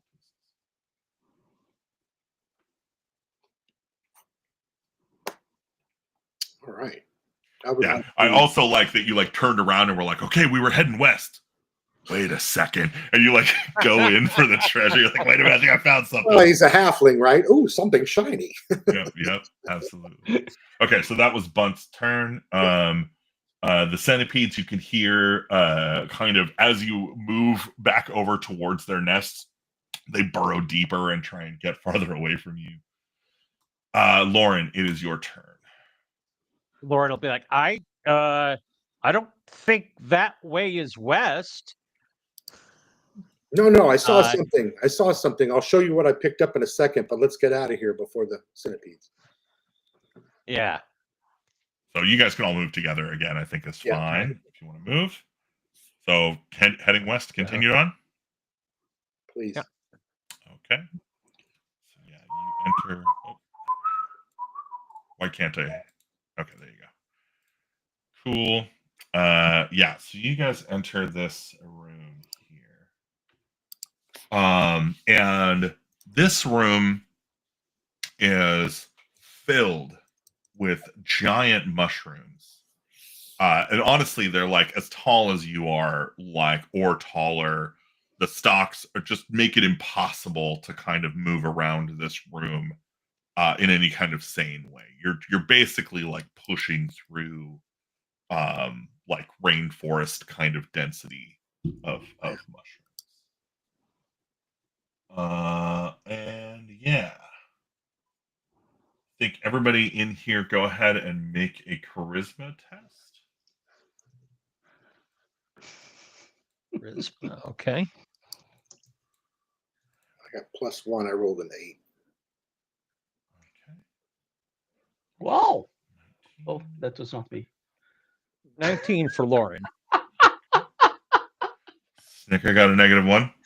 So yeah, so Snicker and Bunt, you both, like, as you're kind of looking around in this room and honestly dreading moving in there, you get like a kind of a headache sets in, and you hear in the droning sound in the back of your head what almost sounds like a voice saying, "Get out."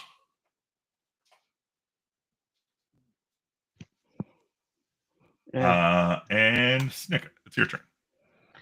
Snicker will kind of, put his hand over the shoulder of Bunt that is with the torch in front, and say, I'm here something to say to go out, but that's coming from my head. It seems an angry voice. Are you sure that this is the way? Bunt? Oh, me specific. Sorry. I don't know. This is the way. I'm a little afraid to go in there now with these giant mushrooms. What's that over there at the edge of darkness? That doesn't look good. I want to go home. Sorry, you really weren't supposed to see that. My bad. Okay, so you're just pensively staying here and saying, No, like, I don't know if we should go any deeper. Sorry, I was asking I Snicker. wasn't crazy about the giant mushrooms before I saw that thing over there. Yeah. I was going to suggest we skirt around the mushrooms just to make sure they're not dangerous or carnivorous or something, and just try to skirt around the edge of the room to find an exit. Okay. Well, it's your turn, I think, because Snicker kind of deferred and was looking for some guidance. Lauren, Do you want to try sneaking around the edge of the room? Yeah, that's what I was going to recommend. Okay. Why don't you go ahead and roll? Let's just have everybody roll a sneak test. So it'll be dexterity. Damn. It's a 9 for me adjusted. Yeah. 5 for Lauren. Cool. Okay. Cool. Finally a good roll. Finally A barbarian going stealth. So you guys start kind of bumbling through this. Lauren, I don't seem to be able to target your character anymore. That's okay. Got it. Oh, okay. If I did something, sorry. It's fine. I think we both clicked on it at the same time. I might just need to reload, actually. 2 seconds.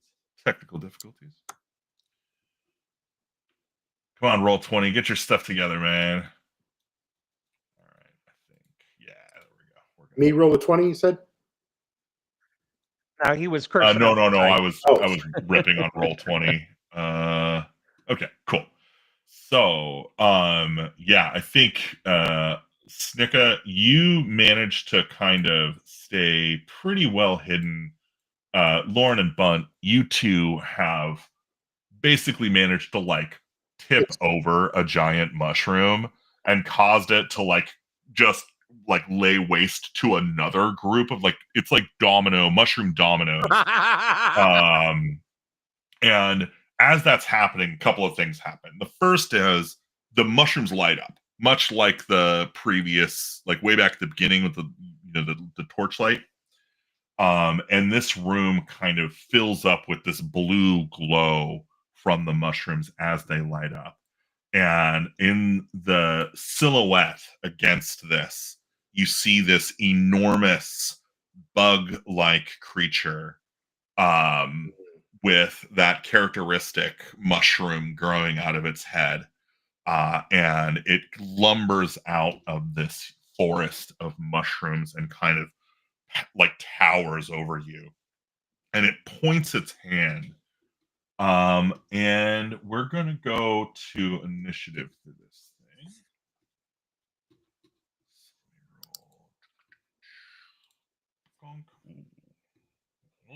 I adjusted mine's an 18. Oh, Should we roll again? no. Sorry. I have had you guys in the same initiative order the whole time. I was saying I need to add initiative for this I got creature. Oh, okay. Sorry. Yeah. Good, 'cause I don't like my new roll. Yeah. Can I keep mine for my next attack? Well, this thing rolled an 18 and has a +1 dex, so it's got a 19. So I think it does get to go first, which will be in front of Lauren. And Bunt, it was your turn, so you kind of started the sneaking motion here. So I think this thing is going to kind of get the drop on you guys. And what it is going to do. Here we go.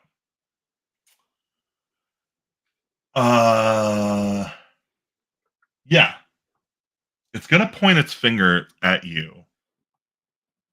And you're going to feel, I think, Mike, go ahead and make another charisma test.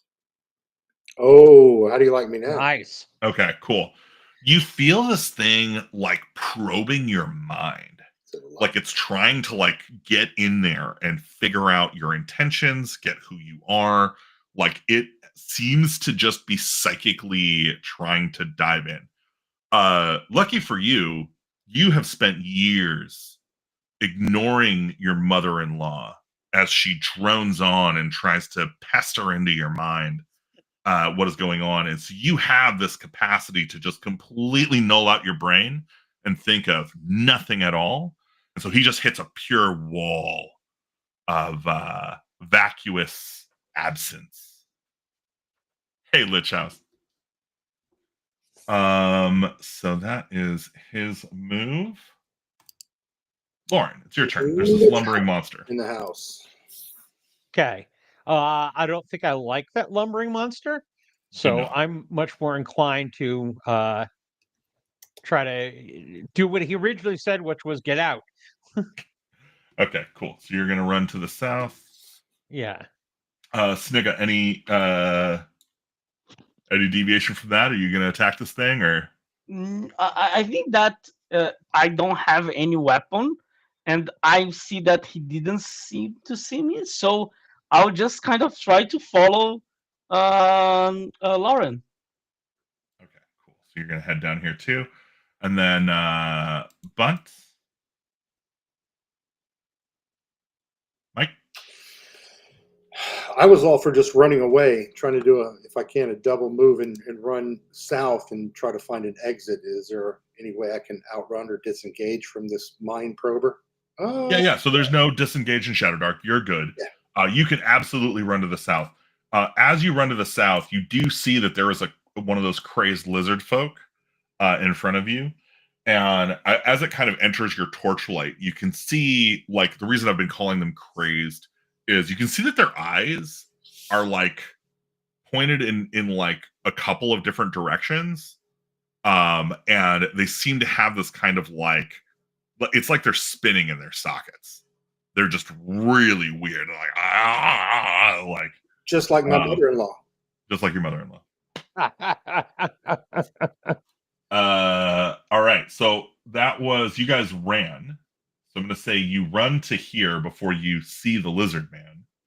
And I'm going to have him roll a reaction check to see how he reacts to you. He rolled a 3. That's not great. So I think you coming in, he assumes that you are a threat. So I'm going to see, he rolled an 8 for his initiative. So he would go after Bunt. So I think you guys are going to get past him to here. Just kind of your max movement, right? You're double moving. But as that happens, he is going to come down here and take a stab at one of you with his spear. That is a +2. D20. He rolled a 17 to hit. And yeah, I think he's going to attack the light. So, Bunt, 17 hits you. It does. How many hit points do you have? 2. He rolled a 6. So he killed me 3 times, according to my math. Bunt is dead. The torch falls to the ground. And I'm going to do a quick test to see if it goes out. Okay. Looks like it stayed lit, but it's burning on the ground. And you can hear the Hulk coming behind you, but it is slow. Lauren, it is your turn. Okay, I'm gonna reach back and whoop. What did I do that? Oh, the light went out. Yeah. Did you delete your character, or Mike? I didn't intend to. I was changing his name. Okay, give me a second. Let me refresh, see if that does something. Yeah, I think I just need to Do-do-do. set you up with a new light. I don't think that it was exactly on your side because for me and Mark, the light disappeared. So, now Yeah. it's okay. Why? But if his character accidentally got deleted, then I would have taken the light with it. Yeah, I think it I deleted will- the token. Deck over Yeah. here and pick up that light and move as far as I can to get away. Okay. Yeah, so I will switch the light over to you then. Sorry about that. I didn't realize. I don't know what I was just trying to change the name on the character to my number 3 character. Yeah. I know. Go I hear ahead. that. What's your number 3 character's name? Harl, Harll, Harl, human scholar. Awesome. Okay. So I'm actually going to move this guy around over here so that you can come in over here, Harl. Okay. And yeah, Lauren, you've grabbed the torch and begun to flee. I think you get about here before you see there is another 3 lizard men in this room. Okay. And yeah, you've kind of like picked up a thing and fled. So I'm going to say that's your turn. That's fine. Yeah. I need Harl. Can you roll me an initiative again? I need to add you back to the turn order, and I think you had a 10, but okay, we'll keep the 10 for you. I think it was a 10. All right, I rolled a 3. That's fine. Are you going to keep the 10, you said? Yeah, I'm going to keep the 10. Okay, so it was Lauren's turn. Snicka, it's your turn. So with Bunt went down, I believe that there is a sword and a shield on the floor. Yes, there's a short sword and a shield. Okay, Sneaker will take that. Mhm. And because he's very close to this guy and he saw what happened with Bunt, he's kind of angry. Okay. So he'll attack this guy that is in front of him. Absolutely. But now, if Roll20 helps me, it should be better. Yeah, that sucks. So good, man. Yeah, this thing is not. I don't know. I don't even know why you fail. What causes you to be so bad with a short sword? Is it just? I'm kind of, the light is not, it's shining behind me and Yeah. it's getting some kind of strange thing, and the other guy was saying get out, so he's still kind of shaking up all these feelings. Totally. All right, cool. Let me roll these guys here. Oh, Mark. Oh my God, are you kidding me? Okay. No. That's good. Turn. So it's like a 21. Okay. Whoops, here. And it is the centipede turn, which nothing's going there. Harl, it is your turn. Harl is going to run down into the group here and get on the right pointer. There we go. And assuming I'm picking up the short sword. Unfortunately, I think the barbarian has already gotten to it. Okay. Then I'm going to swing around my grappling hook, which was the only thing I had. Okay. That's what I'll use for a weapon. Great. And I'll continue heading south here, I guess. That was what, 1, 2, 3, 4, 5, 6. Okay, cool. Do you want to flee into the darkness? Well, I'm still in the light. I may not keep Right, sure. going. I just mean like you have to, like if you're not taking an action, you can move twice, right? Yeah, but I'm not going to go down into the dark here beyond where the other guys are. I just joined this group or ran into this group, so I'm kind of moving in their direction, Cool. maybe running from something myself. All right. It is the lizard folk turn. These lizard folk are just going to kind of eye you as you move into the room. And they're going to point their spears at you, but they're just going to like kind of wave for you to move on, I think. And basically, in between kind of waving you on, you can see that they're destroying the mushrooms on the ground. Little pockets of mushrooms that they're smashing to bits. And this one over here is like actually just like hacking this mushroom into mush. And this one up here is going to attack Snicka back. I think is, oh my god. 21 to hit. Yeah. How many hit points do you have? Bye. You have 1 hit point? Yes. How many more characters do you have left? More one. 1 more, okay. Yeah, 5 points of damage. So yeah, the lizard man just spears you with the spear, and you're dangling there. And I'm gonna say you kind of like you're dangling on the end of the spear, and you fling the short sword over, and it lands at Lauren's feet, so that you guys don't have to go back to grab the sword. And yeah, it is the Hulk's turn. To here. And Lauren's got our torch now? Yeah, Lauren's got the torch. Yeah. Yeah. And Lauren, it is your turn. Okay. So I am going to pick up the sword and stow it so that I've still got the torch. And I will move down. They're letting us go by, so I'll move on. Okay. And, yeah, so you're just gonna like kind of keeping full my double eye movement? on them. Yeah. So full double movement. So basically, you can see I don't as you kind of want to leave Mike in the dark either, though. So I'm the just new gonna character have whose name I have not learned yet. yeah, sure.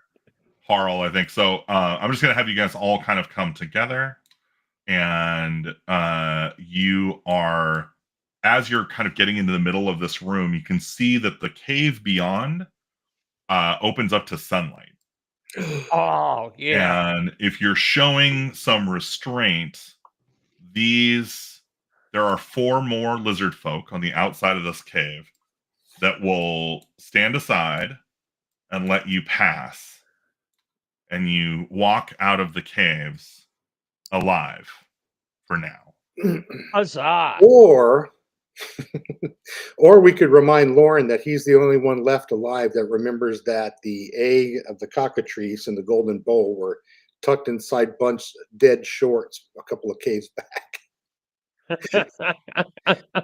I'm just going to be really kind and let that have happened automatically, if that's okay.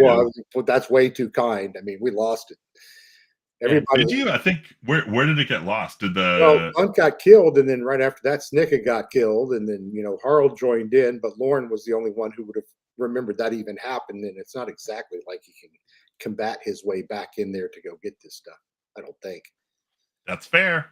That's fair. So you guys have exited the cave, and you can see that around the edge. So like.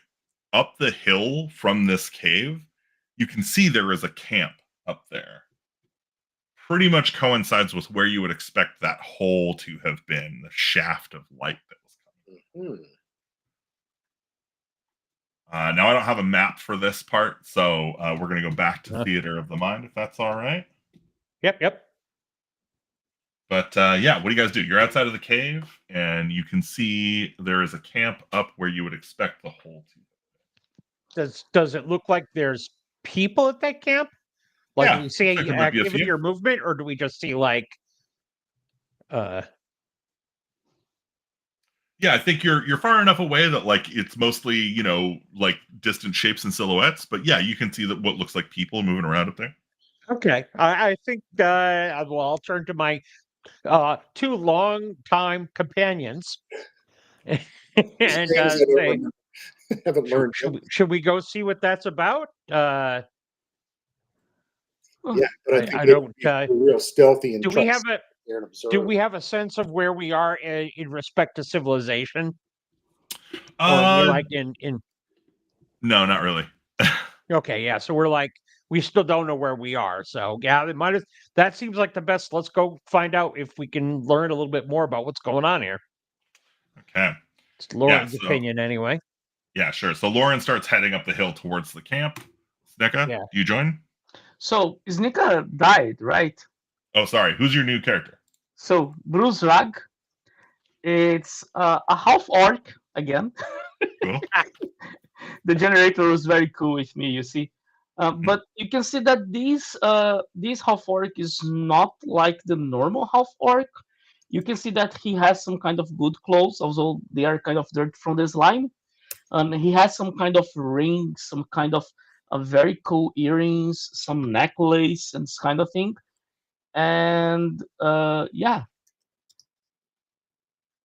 and he's just kind of totally surprised about everything that happened, and just saying, "Is this a dream like the other one that I was having?"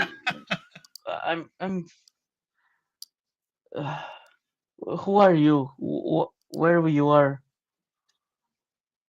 So is Bruzrag following along with Lauren then? Yeah, he's just here. He just saw people kind of running from and some kind of lizard man. So he was just kind of running. He's not the fighting type, so he was just kind of running. And of course, kind of as they saw these people here, they were following them.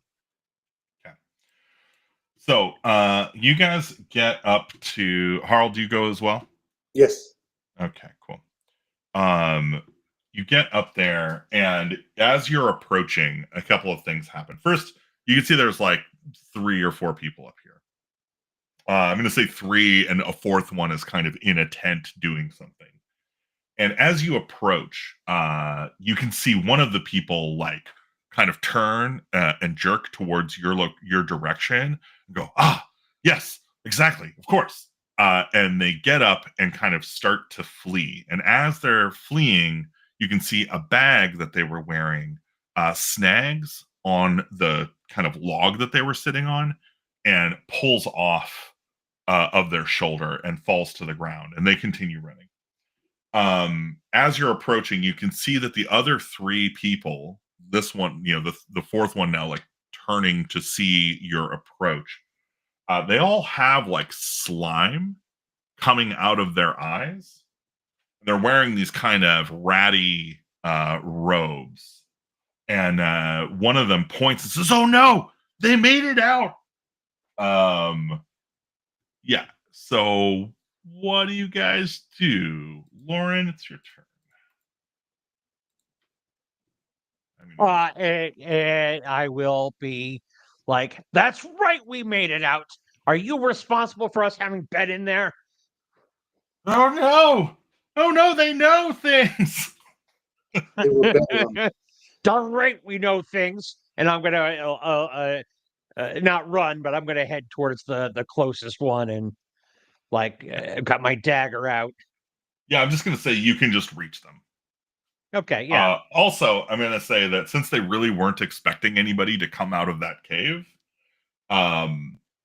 they are not armed. They have long swords. They are laying on the ground over like by this thing. You can actually stop and grab a long sword on your way. if you would like. Yeah, I mean, I might as well, I guess, write that down. But I'm going to go up there and I'm going to be like, start talking. Why were we in there? Explain yourselves. What do you So know? you're gonna, point him with a sword and like threaten him. You're like, Yeah. oh God, no, yeah, jeez, I'm sorry. Why are you hearing everything twice? Do you have 2 tabs open? I don't know. Gosh, I'm sorry. The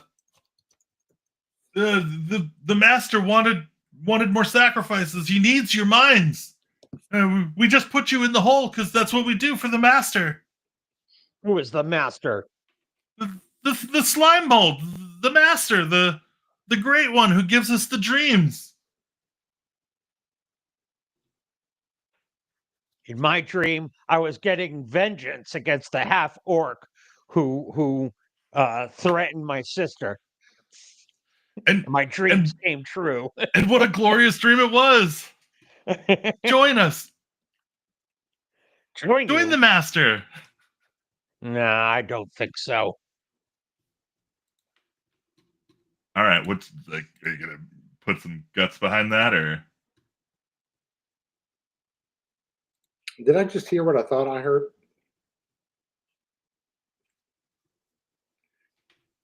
So Lauren Mark's character was having a dream like we were having a dream, but his dream is he was out attacking the guy. Well, when I was playing, as we were playing, and I realized that my first character was probably not going to make it. I decided that the second character was coming to avenge his sister's insult. Okay, all right. So that's his story. Sorry. No, it's good. I just thought maybe Gabriel was the wizard behind the curtain here and had constructed this whole. No. Yeah, you guys are making the world. Yeah. All right. So you're. I mean, this guy is like, come on, you really want to join the master? Like, come on, you got to be. Dream is good, man. Dreams are good. Are you gonna kill him?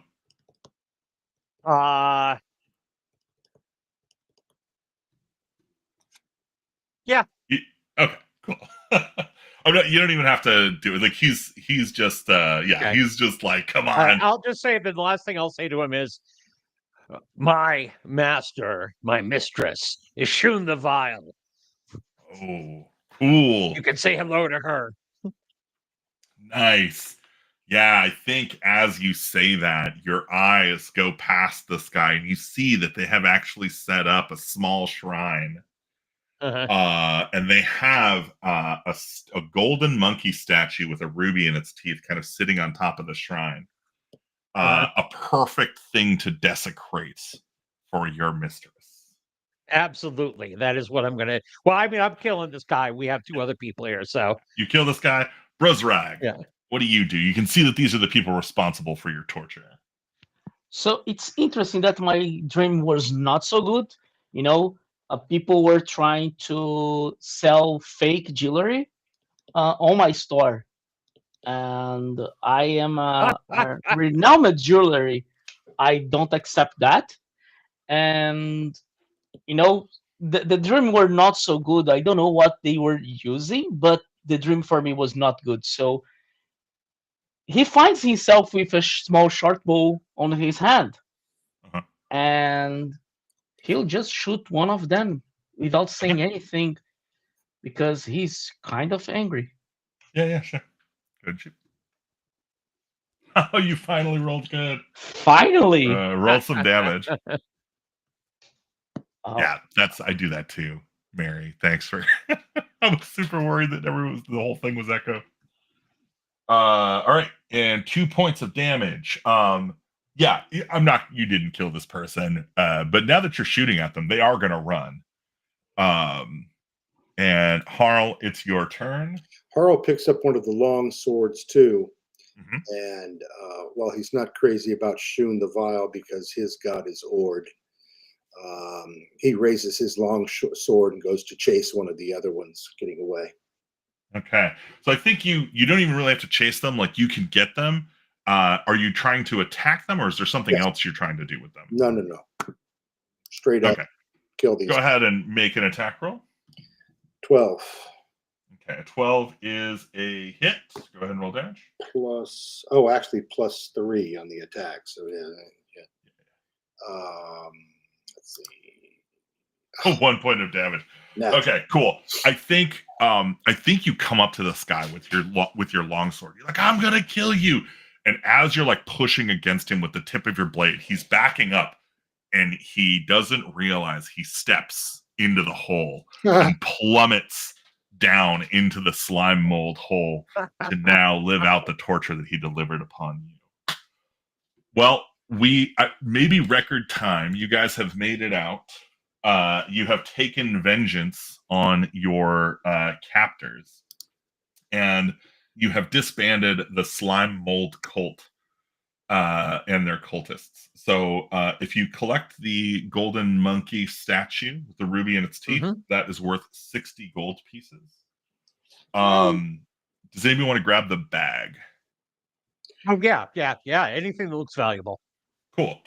Yeah, I think whoever grabs it, as you pick it up, you realize why that person kind of had a sense that you were coming, as the bag has a face on it, like on the cover.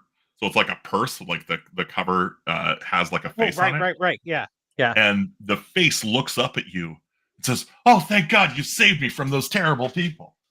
And yeah, this is a bag of holding. Outstanding. It is a cowardly bag of holding. It is worth 150 gold pieces. It will warn its user of impending danger, but it will also take opportunities to escape if its owner is too dangerous of a person. I love it. Cool. Well, that is what I got. It's pie time, which is another happy moment for us. I always tell when I catch it, I tell my partner, happy pie time. So it's an auspicious time for us to end the game. So congratulations. You have your 3 Shadowdark characters. I hope you feel like you might actually want to play these nerds again, even if you just met them. And yeah, dude, thank you guys so much for playing. I do have one tradition that I like to bring to all my games. So I think just to level set, everybody's going to get 1 level. So you get 1 level. Now, normally you would get some additional XP for the treasure that you've collected. And so we're going to do that as well. I think the group has gotten about 3 XP. Okay. Maybe 4. Yeah, I guess 4. So you've gotten 4 XP from everything that you were able to collect. What's that? I just said sweet. That's great. Yeah. And you each get a stipend of 1 XP that you can give to another player. The only thing that has to happen is you have to tell them why they made your game better today. What they did that really improved your play experience. And we will start with Kusa. Who would you like to give your experience point to? So I'll give my experience point for it was very fun. So, but I will have to give that to Badznar because his sleeping on the first part was amazing. How he connected for everything to work out how it should. That was really solid. Yeah, that was good. Good improv storytelling there. All right. So yeah, Mark, I think you got that. What are you giving? Who are you giving yours to? Okay, I think that my favorite moment was that when the halfling is like, "We need to go that way to get our look shiny." Classic. So the halfling gets my bonus XP there. Excellent, Mike. I was going to give mine to Lauren because Lauren actually got our act together when at the same time that Kusa's character and mine both went down. Lauren kind of got us together and got us the hell out of there. Good call. I kind of felt like he kind of directed us in a very strong way and saved the leftovers of the original party. Closed out the dungeon. Yeah. Awesome. All right, cool.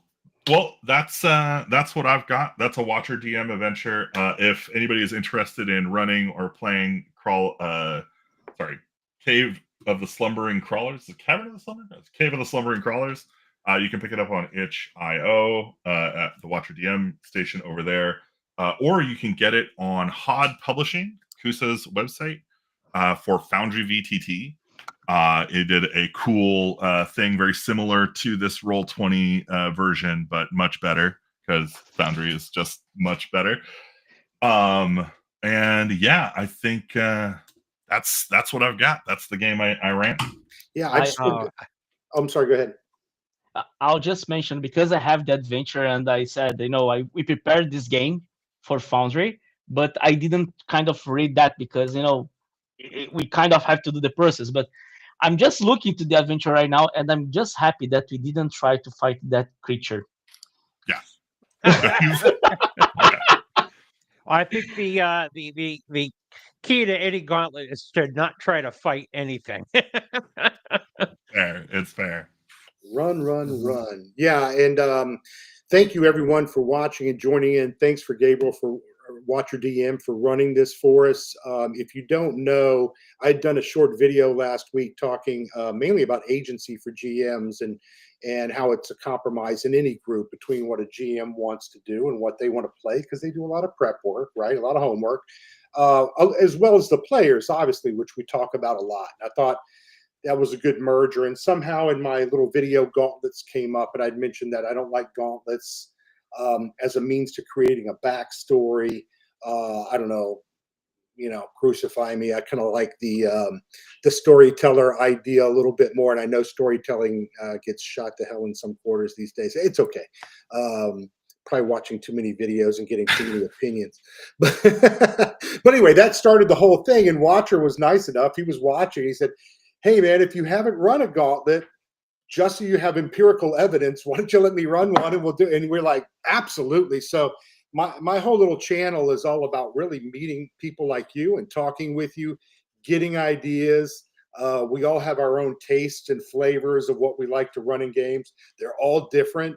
And I think that's all okay. You should compromise. You should take a shot and try somebody else's game or the way they run it or what they like to run. And it won't literally kill you.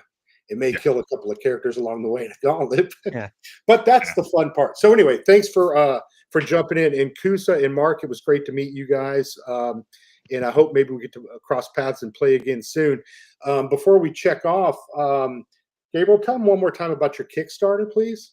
Oh yeah, absolutely. So, geez. Okay, get your head in the game, Gabe. Come on, man. Marketing. Let's go. Sell, baby. Yeah, right. Sell. Okay. So, A Privatized Little Hell is a 5e adventure for 4 to 6 level 16 characters, where you'll do a kind of infiltration and then heist in a corporate hell. It's a dark comedy adventure. Written by Austin Holm. It's going to be, I think, around 80 to 100 page A5 hardcover book that we're having printed. I'll put the. Can I chat in this thing? Can I publicly chat in this thing? You should be able to. If you're having trouble on the screen there inside of Restream, you can do it from your YouTube channel. Open your YouTube channel real quick. Yeah, I'm putting here for you. Yeah, okay. and you can put it in there. I don't know. Yeah, I'll try that. But yeah, it's we've been working on it for a few years. It's pretty wild. It's got some, honestly, it's really ridiculous. Like, the fun part though is that your PCs will go in disguised as devils.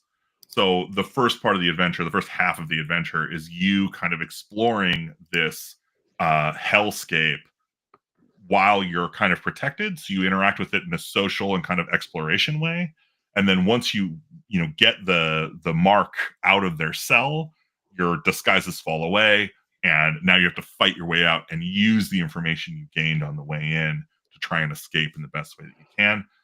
And it is a backbreaker. Like, they talk about high level D&D being hard to write for. We tried hard. It's really dangerous. So even your level 16 PCs may meet Matt. But yeah, we are I think we funded in like 6 hours for our really modest goal of $666. Because what else would you do for a hell adventure? But we've got some really great stretch goals on there, so we'd love to see those. And if you are one of the first 50 physical tier backers, you're going to get a custom D20. I've got them floating around here. I wasn't prepared for this at all. But they're like really sweet, sharp edge D20 with a little Watcher DM logo where the 20 should be. Come get it. Very cool. Well, maybe we'll do another video in a week or so. When does it wrap up, the Kickstarter? Oh, Kickstarter's finished end of September, so it'll be, I think, September 31st. Yeah, we got some time. Video and show everybody your stuff. I'd be glad to put it out. Yeah, there. And honestly, like I like your show. I'd love to talk about some of this stuff that you talked about. Like, you mentioned West Marches as kind of being something that you wouldn't do.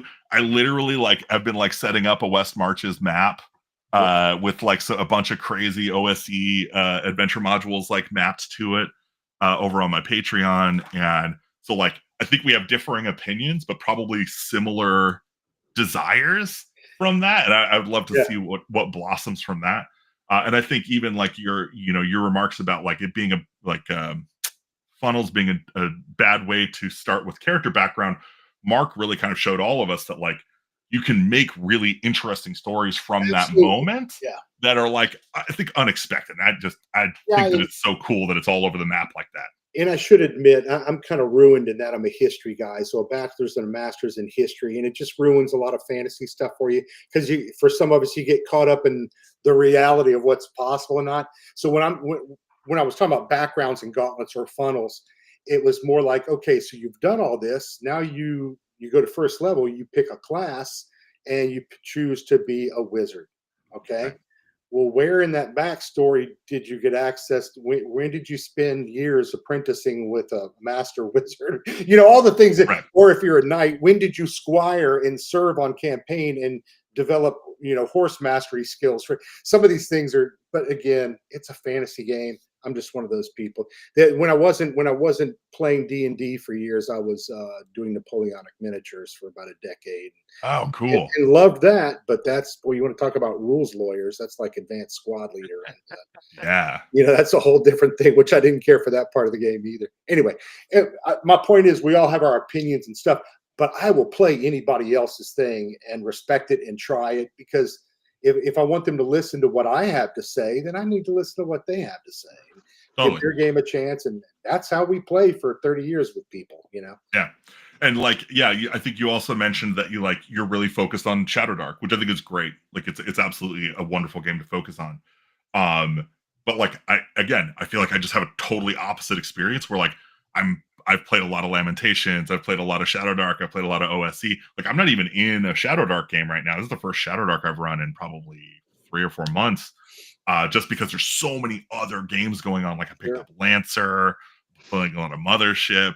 So it's just been like, I'm just like, oh, give me all the toys. I want to stick them in my mouth and play with them. And it's cool to see somebody like laser focused on a game, because I think you really get the deep experience. And I love having that broad experience. I think we could have some fun conversations. I think you mentioned Mythic Bastion Land too, and that's one I bought, and I've been watching and reading, and I really would like to try it out. I would love to run it again. We're just wrapping up. We started a campaign, me and my partner, just a duet. First of all, if you're thinking of running Mythic Bastion Land, run it solo or run it duet. It's such a good game for that type of play in a way that others really aren't. And it's really good for getting your bearings on it.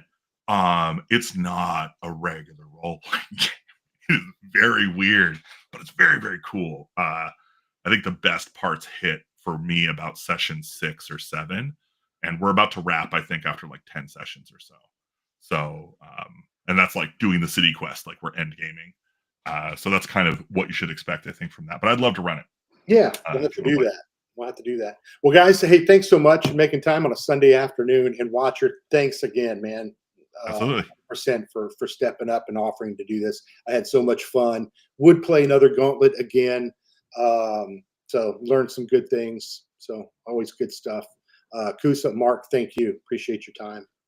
Thank you very much for the opportunity. Yes, sir. All right. Y'all have a good afternoon. Talk soon. Cheers.